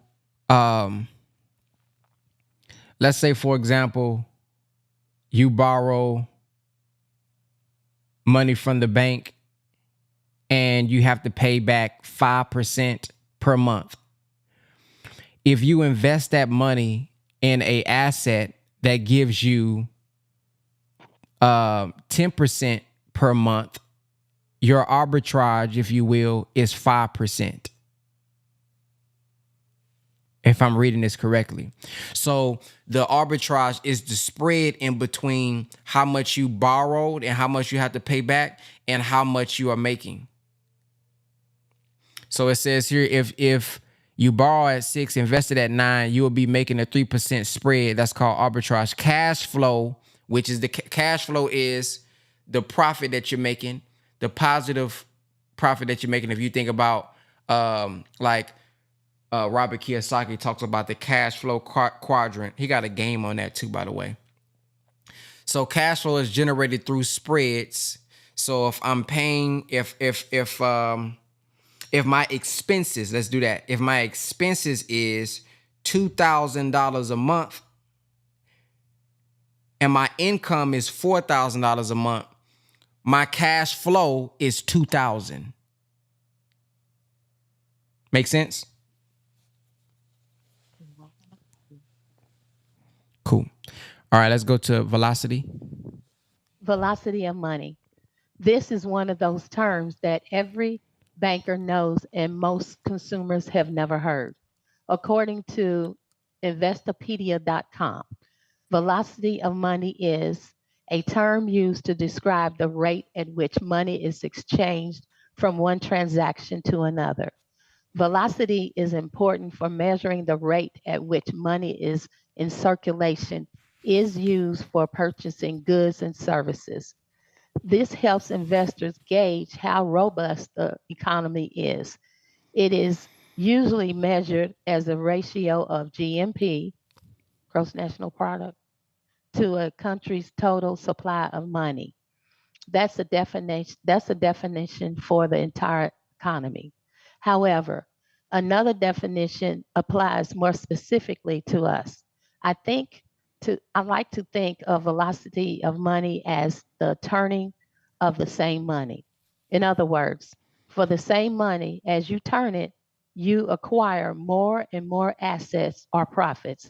By turning, I mean investing the money and then retrieving it. Let's consider an example in real estate. Suppose you have $100,000 in investment capital and you're considering three investments. To keep things simple, assume all other things are equal, risk and reward. Property A, you can use the $100,000 as a down payment and collect $400 per month in positive cash flow. Property B, you can buy and hold for the long term in a historically strong appreciating area.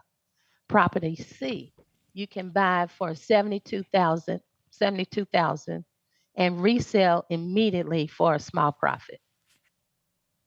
Let's consider property A. This looks like a good deal, but once your capital is invested, you can't invest in anything else until you retrieve it at some point in the future.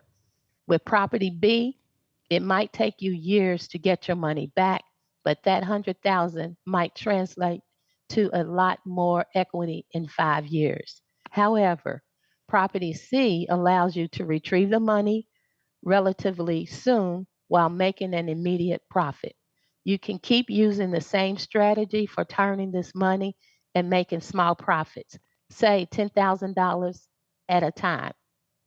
With the other properties, A and B, you also have the potential of lost opportunity costs for not having the capital in place. Example, missing out on a great opportunity by not having the capital on hand. This applies to a lot more than just real estate. Here's another example. You have access to the $100,000 line of credit.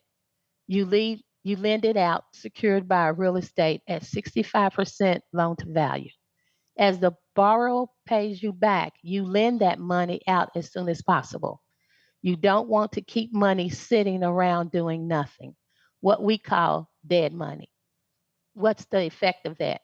Your internal rate of return gets higher. Even though you might be lending money at a certain interest rate, your yield return for that yield is higher because of the velocity of money. The net effect is that you velocitize money. In effect, you are allowing your money to grow. With velocity of money, your return yield goes up.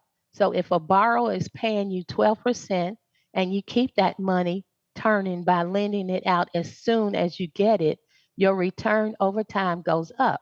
So you will be receiving 13% when they are paying you 12% due to velocity. This concept is further developed in chapter 8. Now, let's make this a little more interesting.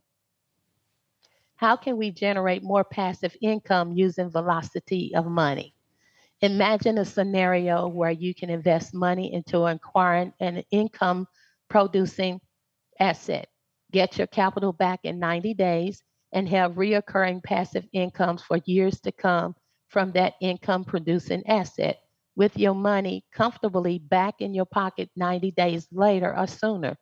Can you do that again and again? Absolutely. In fact, banks do it all the time. In conclusion, velocity of money is an important concept to consider in your investment. Savvy investors consider this first in their due diligence. How fast can I get my money back to reinvest? You should too. Asset based lending. In simple terms, asset based lending, ABL, is lending money secured by assets.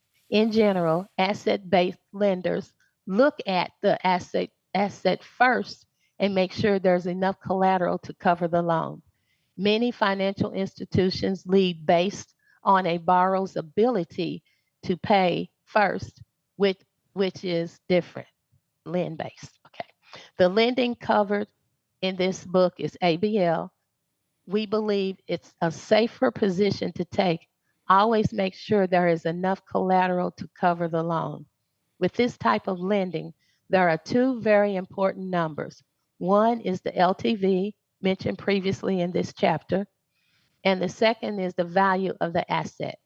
These two numbers serve as the foundation of our lending. Later, we'll add our underwriting criteria to help make this a safer loan. In asset-based lending, the two most important numbers are the LTV and the value of the asset.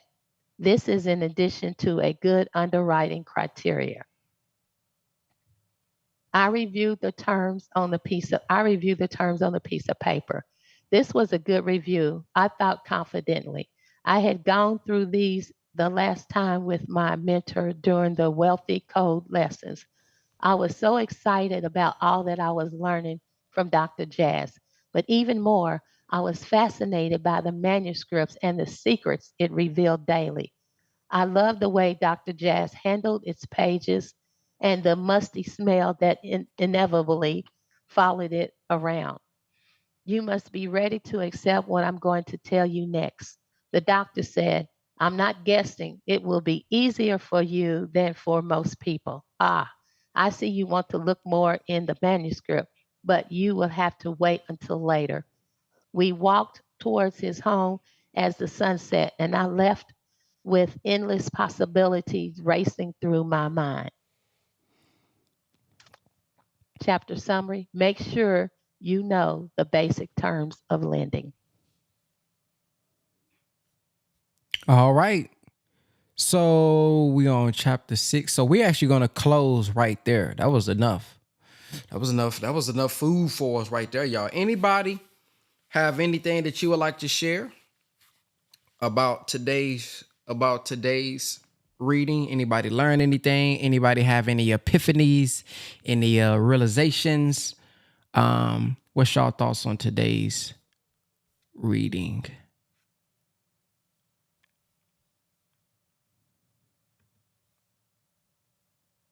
Person number 1. I'm sorry. Person number 1. Sister Randisha. Yeah, so as we're uncovering the banker's code, I think that is like if I would have known this when I was in high school, I probably would have been better off with just learning a few things. But it's I like that we're doing it as a group, like you said, that we're parsing the words if we don't know it. While my daughter was on vacation, we actually listened to it. We was actually listening to, the reading, et cetera, et cetera. So she went to school. She took what was said on the call and applied it. So she started selling bracelets, right? She made $21. She ain't pay me back yet, but and then yesterday she started selling fried Oreos. But one thing that did stand out to her was something that Sister Courtney and Sister Alexis said was, so her friend is helping her market. So I asked Jemiah, did she pay her? And she said, no, like, I have to get the money first to pay her. So Sister Courtney was like, nothing gets for free. I got to give you a 1099 form. And Sister Alexia was basically stating, like, when you're the banker, you just have certain aspects that you could do. So as I'm learning it, because I don't want to misquote or whatever, I got to go back and look at my notes. But, our youth are also involved in the process. So I just wanted to say that. Assalamu alaikum. Wa alaikum salam. Praise be to Allah. Sister Melissa said, thanks for the financial literacy. I learned a lot, especially watching interest rates. Indeed. Brother Daniel.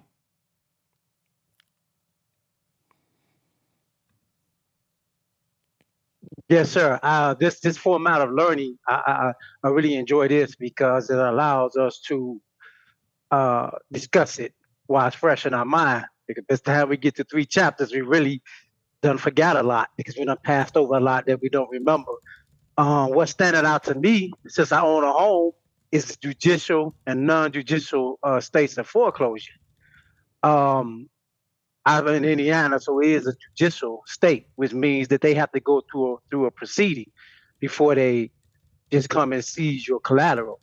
I was interested in what states would be non-judicial, and it's quite a few: Alabama, Alaska, Arizona, Arkansas, California, Colorado, District of Columbia, Georgia, Hawaii, Idaho, Maryland, Massachusetts, Michigan, Minnesota, Mississippi, Missouri, Montana, Nebraska, Nevada, and New Hampshire is what I'm looking at. So that would essentially mean that if someone falls into a foreclosure procedure, the bank does not have to go to court to seize your property. They can just start that process and put your property up for sale without a judge giving you any leniency, time to move, all of that type of stuff. So that was important to know. Thank you. Thank you. One of the things that stands out to me is just the thought process. The thought process of borrowing money and the way that they think. Like one of the things that they pointed out is that the first thing that they look at, let me go back to it, Sister Diabra just read it. It says, savvy investors consider this first. Wait, let me go back up. In conclusion, velocity of money is an important concept to consider in your investments. Savvy investors consider this first in their due diligence. How fast can I get my money back to reinvest? You should too. So just thinking about the way to think is just important to me. Hold on, why is my screen looking like that? Is that my screen? Hold on. It got me off a little bit. Hold on. Yeah, it do. Or maybe it didn't. No, it didn't. But yeah, that's what I was thinking about. Like the first things to look at, because we know, okay, borrow money, OPM, other people money. Robert Kiyosaki and Rich Dad talks about it all the time. Borrow money, you don't have to use your own money and all these things. And that's exciting. Like, wow, I never thought about that. I always thought about I had to get a job and work all these hours in order to produce wealth. And it's like, okay, the concept is good, but now this is giving us the thought process, the process of procedure, the framework, if you will, of what to look at. I didn't know about judicial versus non-judicial. To think about, okay, not just on if the person can pay it back, because things happen with people all the time. I got people that owe me money right now, and it's been over a year, and I don't want to sue them. So it's like, damn, man, I wish, golly, I wish I would have just maybe did collateral or something, because I won't have to, the collateral is there. Like, it's there already. I ain't got to deal with if you sick today or, you know what I mean? If something happened in your life, the collateral is there. So just thinking about those other ways to go about the lending. Then it talks about how they get the real estate, not to do real estate business, but to have a building or collateral to borrow more. So then it makes me begin to think about, what do I have access to that is collateral? How could I use the assets that I have versus the liability? How can I use the assets that I have to go produce more? The more assets I get, the more money I could then potentially go borrow to produce more, and then produce more, and then produce more. It also makes me, in the beginning, see the difference between Islamic banking and this way of banking. Islamic banking would be, based on what I've read, is I would be able to borrow that money and I can invest it or loan it out, but I participate in the profits, but then I also lose if they lose. That's the slight difference that we would have, is that the banks, whether if we lose or win, whether if we poor or rich, they gonna make their money back, they gonna win.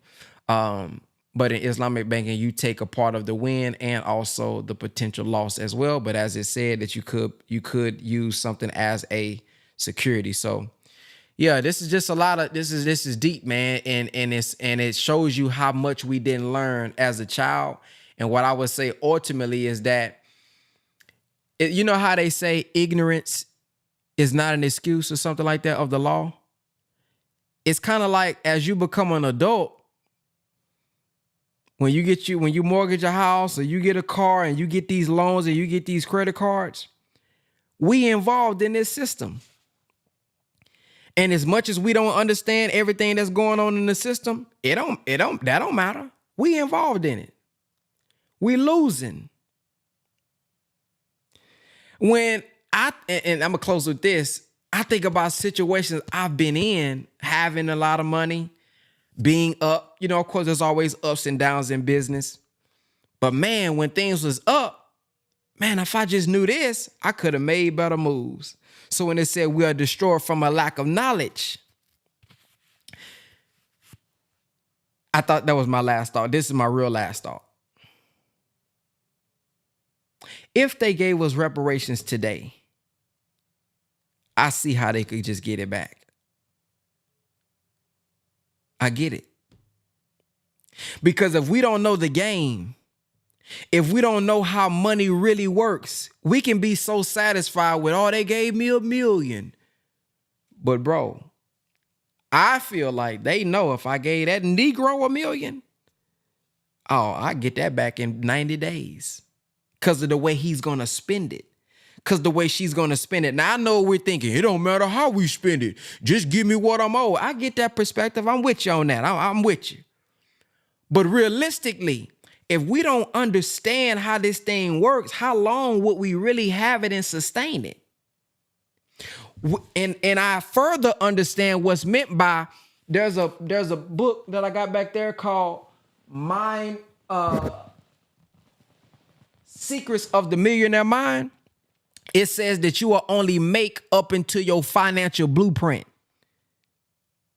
And that the amount of money you making and earning will always be based on where your blueprint is. It's kind of like a thermostat it talks about. It's like a thermostat. So if you have a mindset of only being able to manage $5,000 a month, if I gave you $50,000, you will find a way to come back down mentally, and you will only find yourself with that same $5,000 a month. I get it now. Because if we don't get the knowledge of knowing how to manage it, you're going to spend that money the same way you were spending when you was check to check living. So money, in other words, more money does not solve the problem that we have. It don't. Changing our blueprint, our subconscious mind, and the way that we react and the way that we act is what changes our financial condition. This is why sometimes, even if you get a loan, you end up not even being able to pay back the loan because of the way you're not moving any different.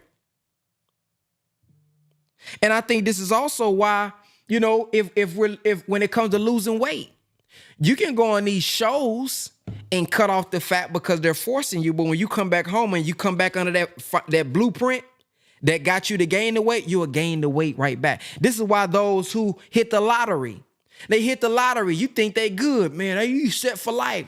And they end up going bankrupt. How?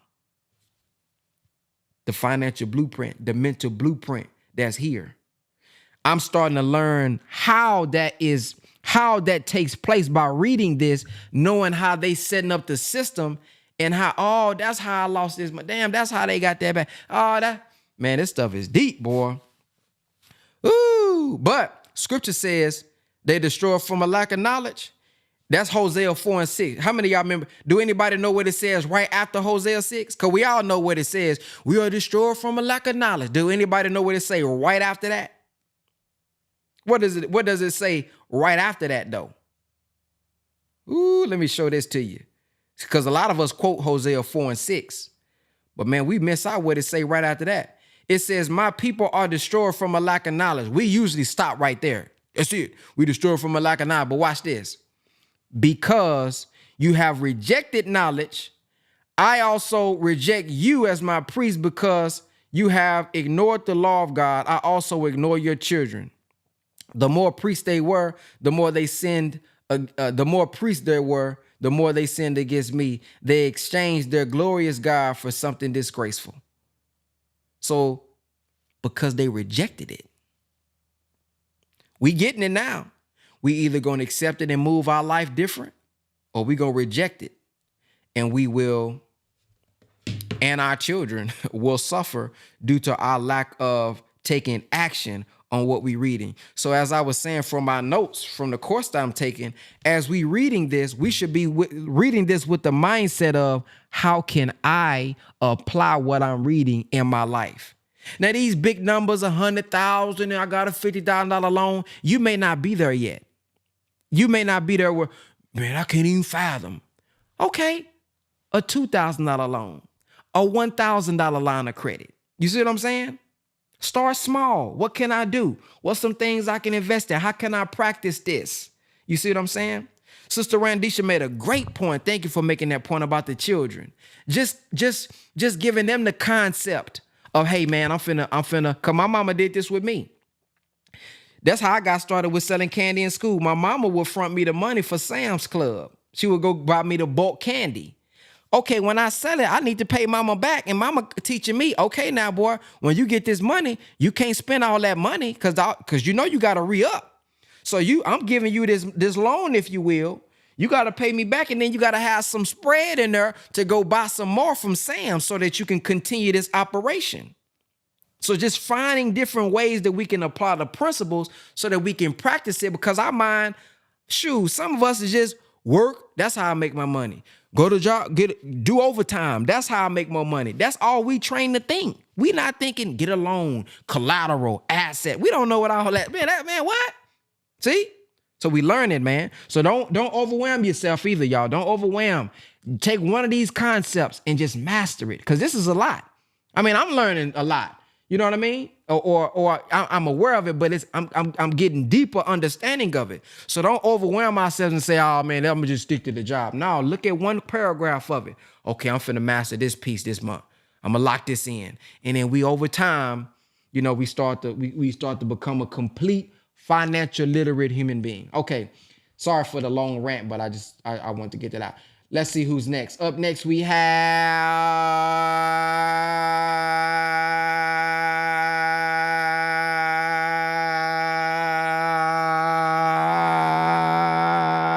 Daddy, you gonna have me run out of breath. Who next? Sister Tornisa? Sister Tornisa. Yes, ma'am. Yes, sir. Walaikum salam. Tell me what you're reading now. Well, a book I was reading is called How the Science of Getting Rich. And it talks about why you can't say that you don't have it or you can't get it. And it tells you to say that you have it and pretend that you actually have it. And it also says that it's not going to come magically. You're going to have to work for it. And we don't believe in the what? And we don't believe in a mystery God. Okay. So, Brother Ben, we are asking that if you do have a program, I have some books that we have that Talia's reading as far as, making money. So if you would have some programs for the children in that, but I'll send you the information of what we have. I just want to share that. Yes, ma'am. Thank you. Yes, sir. Yes, Assalamu alaikum. Assalamu alaikum. Walaikum salam. Oh, she just brighten our day. She just brighten our day every time she come on, don't it, boy? Anybody have anything else? Now, come on, y'all. We done read all this deep knowledge, and don't nobody got nothing to say. Or everybody at work, and you can't say nothing because y'all can't tell me. Yes, sir. Yes, sir. We read this. Everybody. So press the number 1 if you have something that you like to share. Next, I see Sister Dr. K. Okay. I just love that little bit. She is so powerful and beautiful, first of all. I just wanted to say, first of all, I appreciate Brother Ben, how the way that you are kind of how we're dissecting this book, because it can be intimidating a little bit if you're not really used to and you don't really know and the language. So first of all, I like how you are going through, how you set it up for us to read and to, if there's a word you don't know, let's look it up. I think that's really, really important because it can be somewhat intimidating.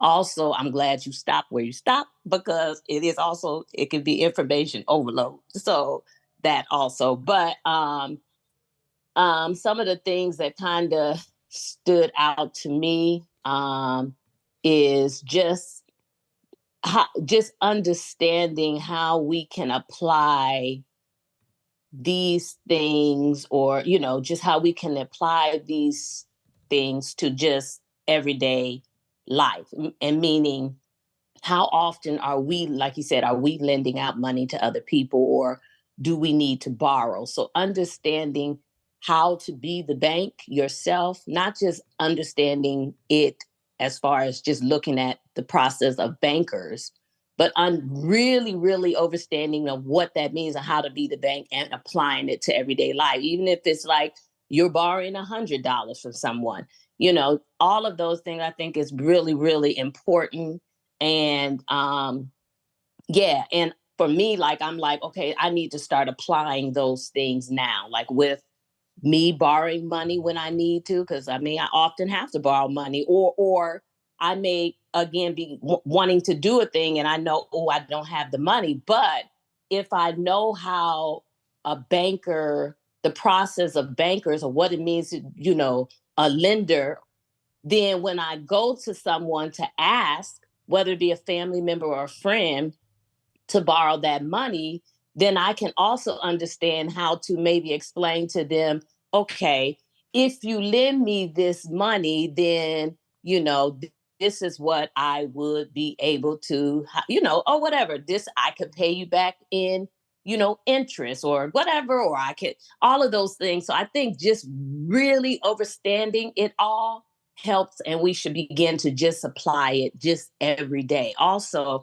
is interesting because my son listens, like I think Sister Randisha was saying, and even Sister Tanisha, the young one who just spoke. Our children, it is so important that our children are hearing these things and they're applying it. And the interesting thing is a lot of them know it already. So there's a lot of things that I'm hearing and I'm learning from this that my son has already said certain things to me. And I'm like, wow. And it also, I think we got to be comfortable with being uncomfortable. A lot of times when we get to a certain age, we're like, oh, well, if I had learned that then, I could have applied it, but it's never too late to learn. Doesn't matter what age you are, you start applying it when you learn it, when you know better, you begin to do better and just taking consistent steps in doing it. Yeah. And I think one more thing, it was interesting when they talk about dead money, how often we say, oh, I'm just saving my money. But as they said, the more you're relending and putting, that's important, not just saving. A lot of times we save this money. And we have all this money, and I know sometimes my parents, when I talk to my parents, they have all this money. I'm like, but what are you doing with it? You gotta be making the money move, making the money, lending it out. So anyway, again, yeah, thank you. It's been really good, but I'm glad we stopped here. Now I need to go back and review, what we've learned and talked about today. So thank you. Yes, ma'am. And when you said dead money, they said that in the book? Yeah, they mentioned that. They said something about dead money. Wow. When they talked about how you need to lend and relend the money, they mentioned that dead money. So yeah. Wow. See, I missed that. See, I'm glad. See, I don't know what I was doing. I don't know how I missed that. But dead money, that's important because many of us say save. But if we think about it, let's just think about it. If fiat money is decreasing in value every day, let's just consider this. Let's do the math. If it is decreasing in value every day, and there's something called what am I thinking about, y'all? The annual interest. What is it called? Just interest. There's a word. The yearly, what's the name? What is that called? That's a word for. What am I thinking about? APR, what does that mean? Annual percentage rate. Yeah. So do anybody know what the rate is over the last 12 months? Anybody know what it is right now? For banks? Period. So every year there's a percentage on our money, right? That goes up. Maybe I'm not thinking about APR. There's an average, they'd be recently on average is 7%, 3 to 4%. I don't know if you talking about inflation. Inflation, thank you. Inflation rate. So what is inflation? Anybody want to explain what inflation is? What is inflation? All right, let's look it up. Yes, sir. Okay, go ahead. I'm sorry. Go ahead. Go ahead. You got it. In simple terms, inflation is the spending power of your money. How much can you get for $1? That's the basic. So you go to the store and $1 can't even buy you candy, then the inflation rate is real high.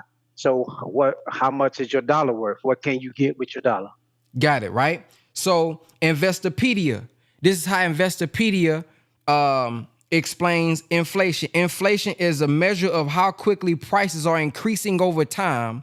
In other words, inflation measures how quickly money loses its purchasing power, right?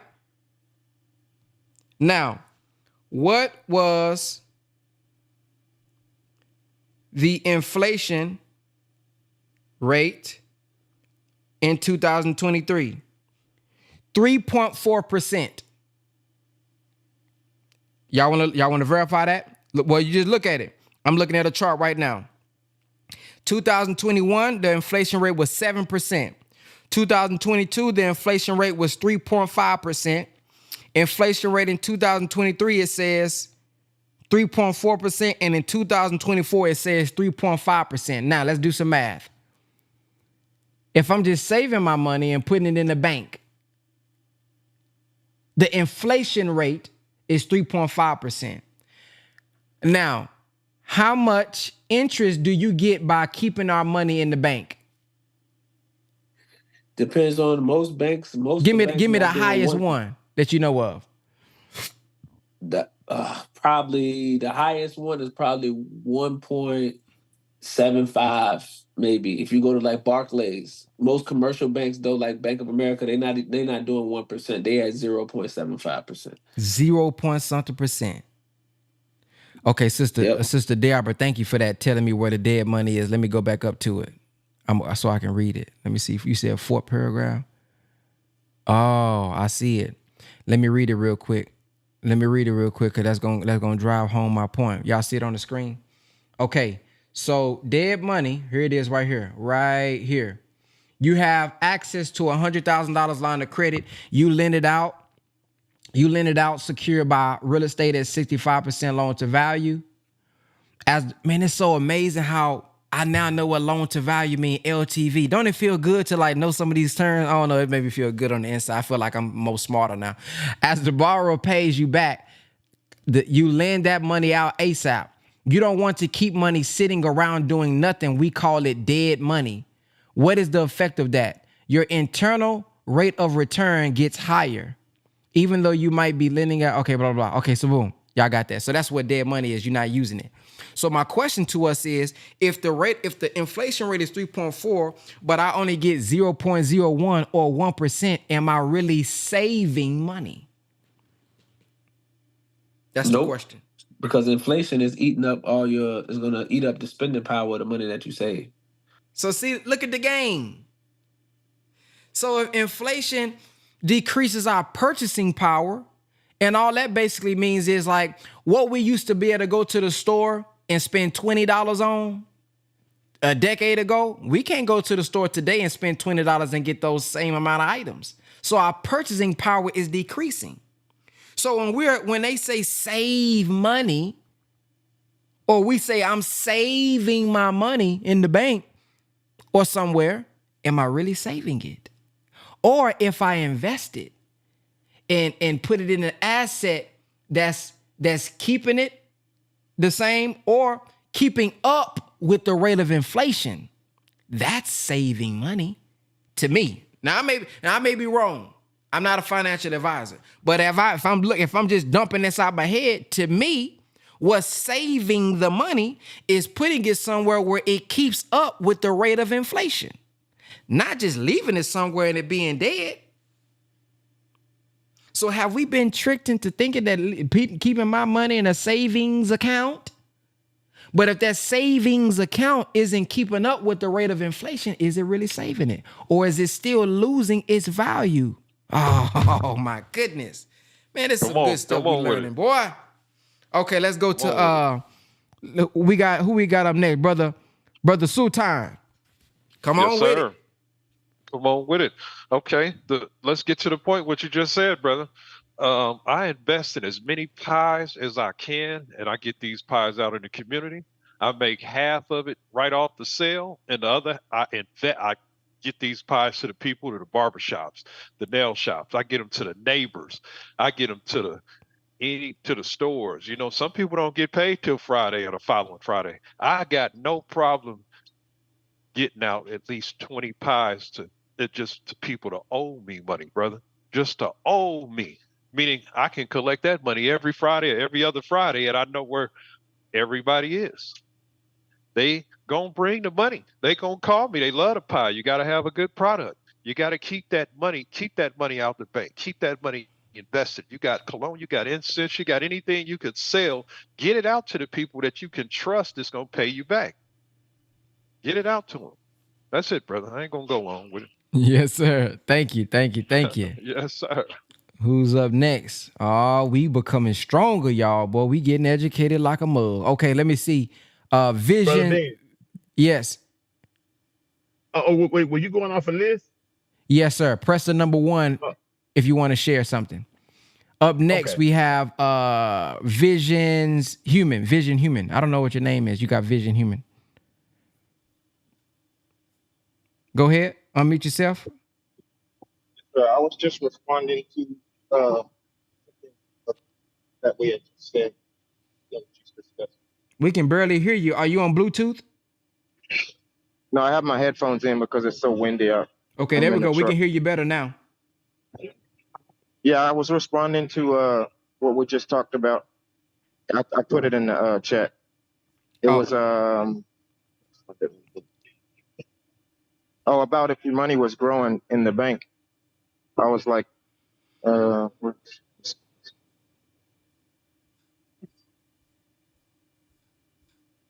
you there? Yes, I'm here. Oh, I said, yes, sir. When your money power isn't bigger than your spending power. It was on the percentages. Got it. Something like that. I was just answering it. Okay. Yes, sir. Thank you. Mr. Shift Your Perspective. My perspective? Yes, sir. Okay. He thought I was talking.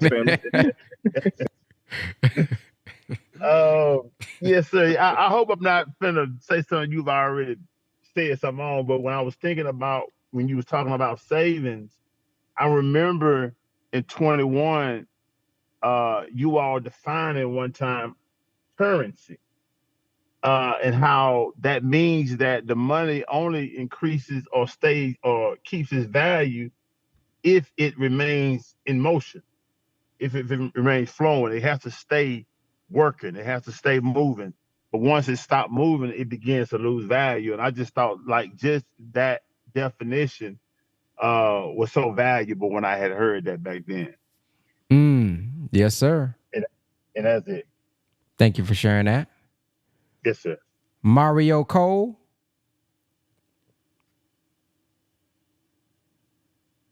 Oh, let me give a brief shameless plug.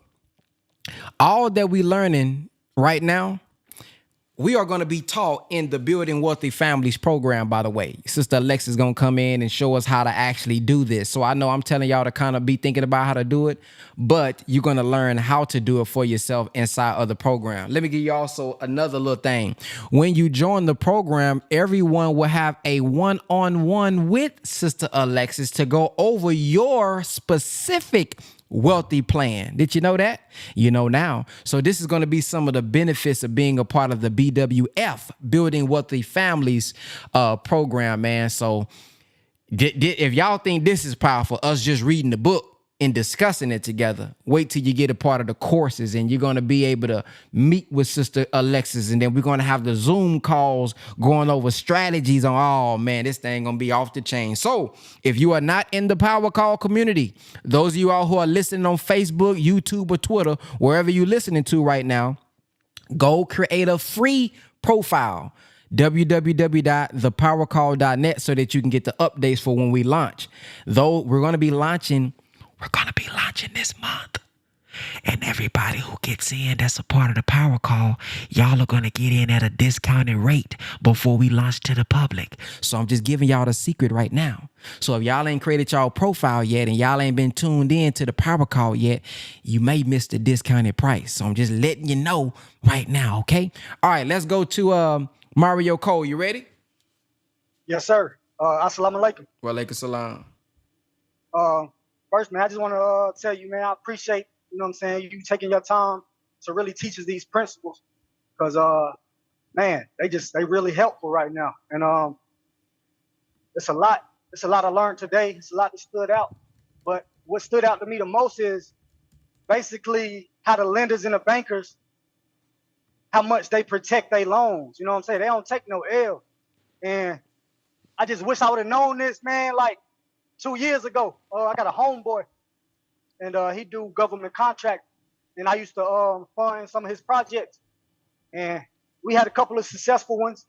And then one time he came to me, and he needed a substantial amount of money to fund this particular project. We did a contract and everything, but it fell through, and I didn't really protect, you know, my loan like I should have. And the first time I picked up the Quran, it was like it said, don't take your brother to court. So since we took that L, I just was like, man, I ain't even gonna take him to court. I'm gonna just, you know, set up a payment plan or whatever. And like to this day, I still haven't even recovered all that money. So I just figured, like, if I would have, you know, had that collateral, you know, so that promissory note to get more collateral instead of me having to, you know what I'm saying, do something to where I got to take him to court or where I got to wait a long time to get my money back. You know what I'm saying? I just wish I would have protected myself even better. But like we still cool. Like that's still like my brother, you know, but I just wish I would have protected myself on that aspect. And that's all. Man, who you telling? Appreciate you, brother. Who you telling, man? I wish I would have read that chapter as well, man. I wish I would have read that chapter. And you know, and the bad part about it is, damn, I don't want to take you to court, man. I don't really want to do that. You know what I mean? I can't do that. You know what I mean? Facts. You know, other people, they can get online and they can go in on you. You know, that ain't our way. So it's like, damn, boy, you gotta kind of eat it. And then don't let you get on hard times where you need a little extra money, boy. That sure be hitting you, boy. God, I sure wish he come on and pay it back. Woo! But you know, there's a part in the Quran, man, that I was reading. I said, man, Allah, you really growing me. Let me read it. Where is it at? It talks about man, where is that part at? There's a part that says,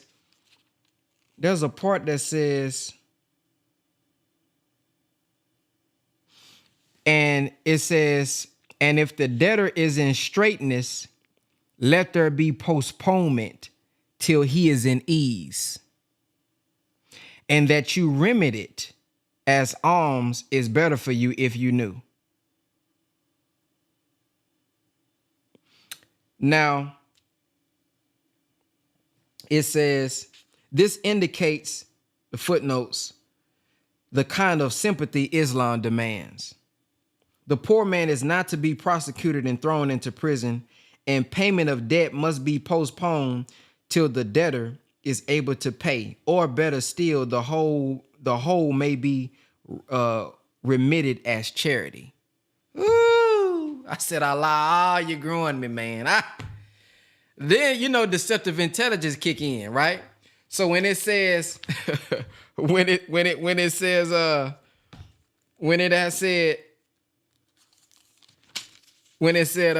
let there be postponement till he is in ease, I said, oh, Allah, I'm not in ease. I said, Allah, I'm not in ease. Can he give me something? I said, golly, shoot, I'm not even in ease. Let me get some of that. What do I do if I'm not in ease? But man, hey, you know, we all growing, man. It says we submit our will to do his will. So, you know, it's just gonna make us a better human being. We live and we learn. We live and we learn. All right, let's anybody else have something that they would like to share? Press the number 1. If anybody else have anything that they would like to share. Yeah, we done. We've been on here more than 2 hours. Let me get out of here and get my day started. Okay, we're gonna be back on here tomorrow, 6 a.m. Central Time. If not 6 a.m. Central Time, always make sure that you just look in the calendar. The calendar has the time and the date on there. But it's probably gonna be 6 o'clock. If not, then we'll just you'll see it right there on the calendar. And thank you all for coming on in the morning. Thank everybody who read. Thank everybody who gave feedback. And we'll see you guys tomorrow. Have a blacktastic day. Appreciate it, brother. Wait. Yes, Before we get out of Yes, here, sir. before we get out of here, please don't forget to share y'all testimonials. So that's like we learned a lot today. So go inside not the curriculum. Go inside the app. Okay, let me show y'all how to get there for those who got it. www.thepowercall.net. Let me show y'all how to get there. Show y'all how to get there so everybody can, start leaving your testimony. So we got 40-some people on here right now. So we should have at least 40 testimonials today. Can we get that? Can we just, just give a little testimony? It's free. Y'all getting this now for free. We go to classrooms in college and pay $40-some thousand to let them read a curriculum to us. And we getting this right here for free. All right, here we go. So you go down there, boom. And then you go to, this is where you choose, right? So you go down and you click testimonials right here. If you're on your phone, you will see the same thing. When you click testimonials, it'll give you a new thread. Then you just put your testimonial right here. And if you're writing it, you can always change where you want to put it at. Right here, boom. Right here, boom. Testimonials. Okay? So we'll see you guys, inshallah, in the morning. And we look forward to your feedback. Assalamu alaikum. Link salam, sir. Walaikum salam. Walaikum salam. Is Brother Ben here? Brother Ben.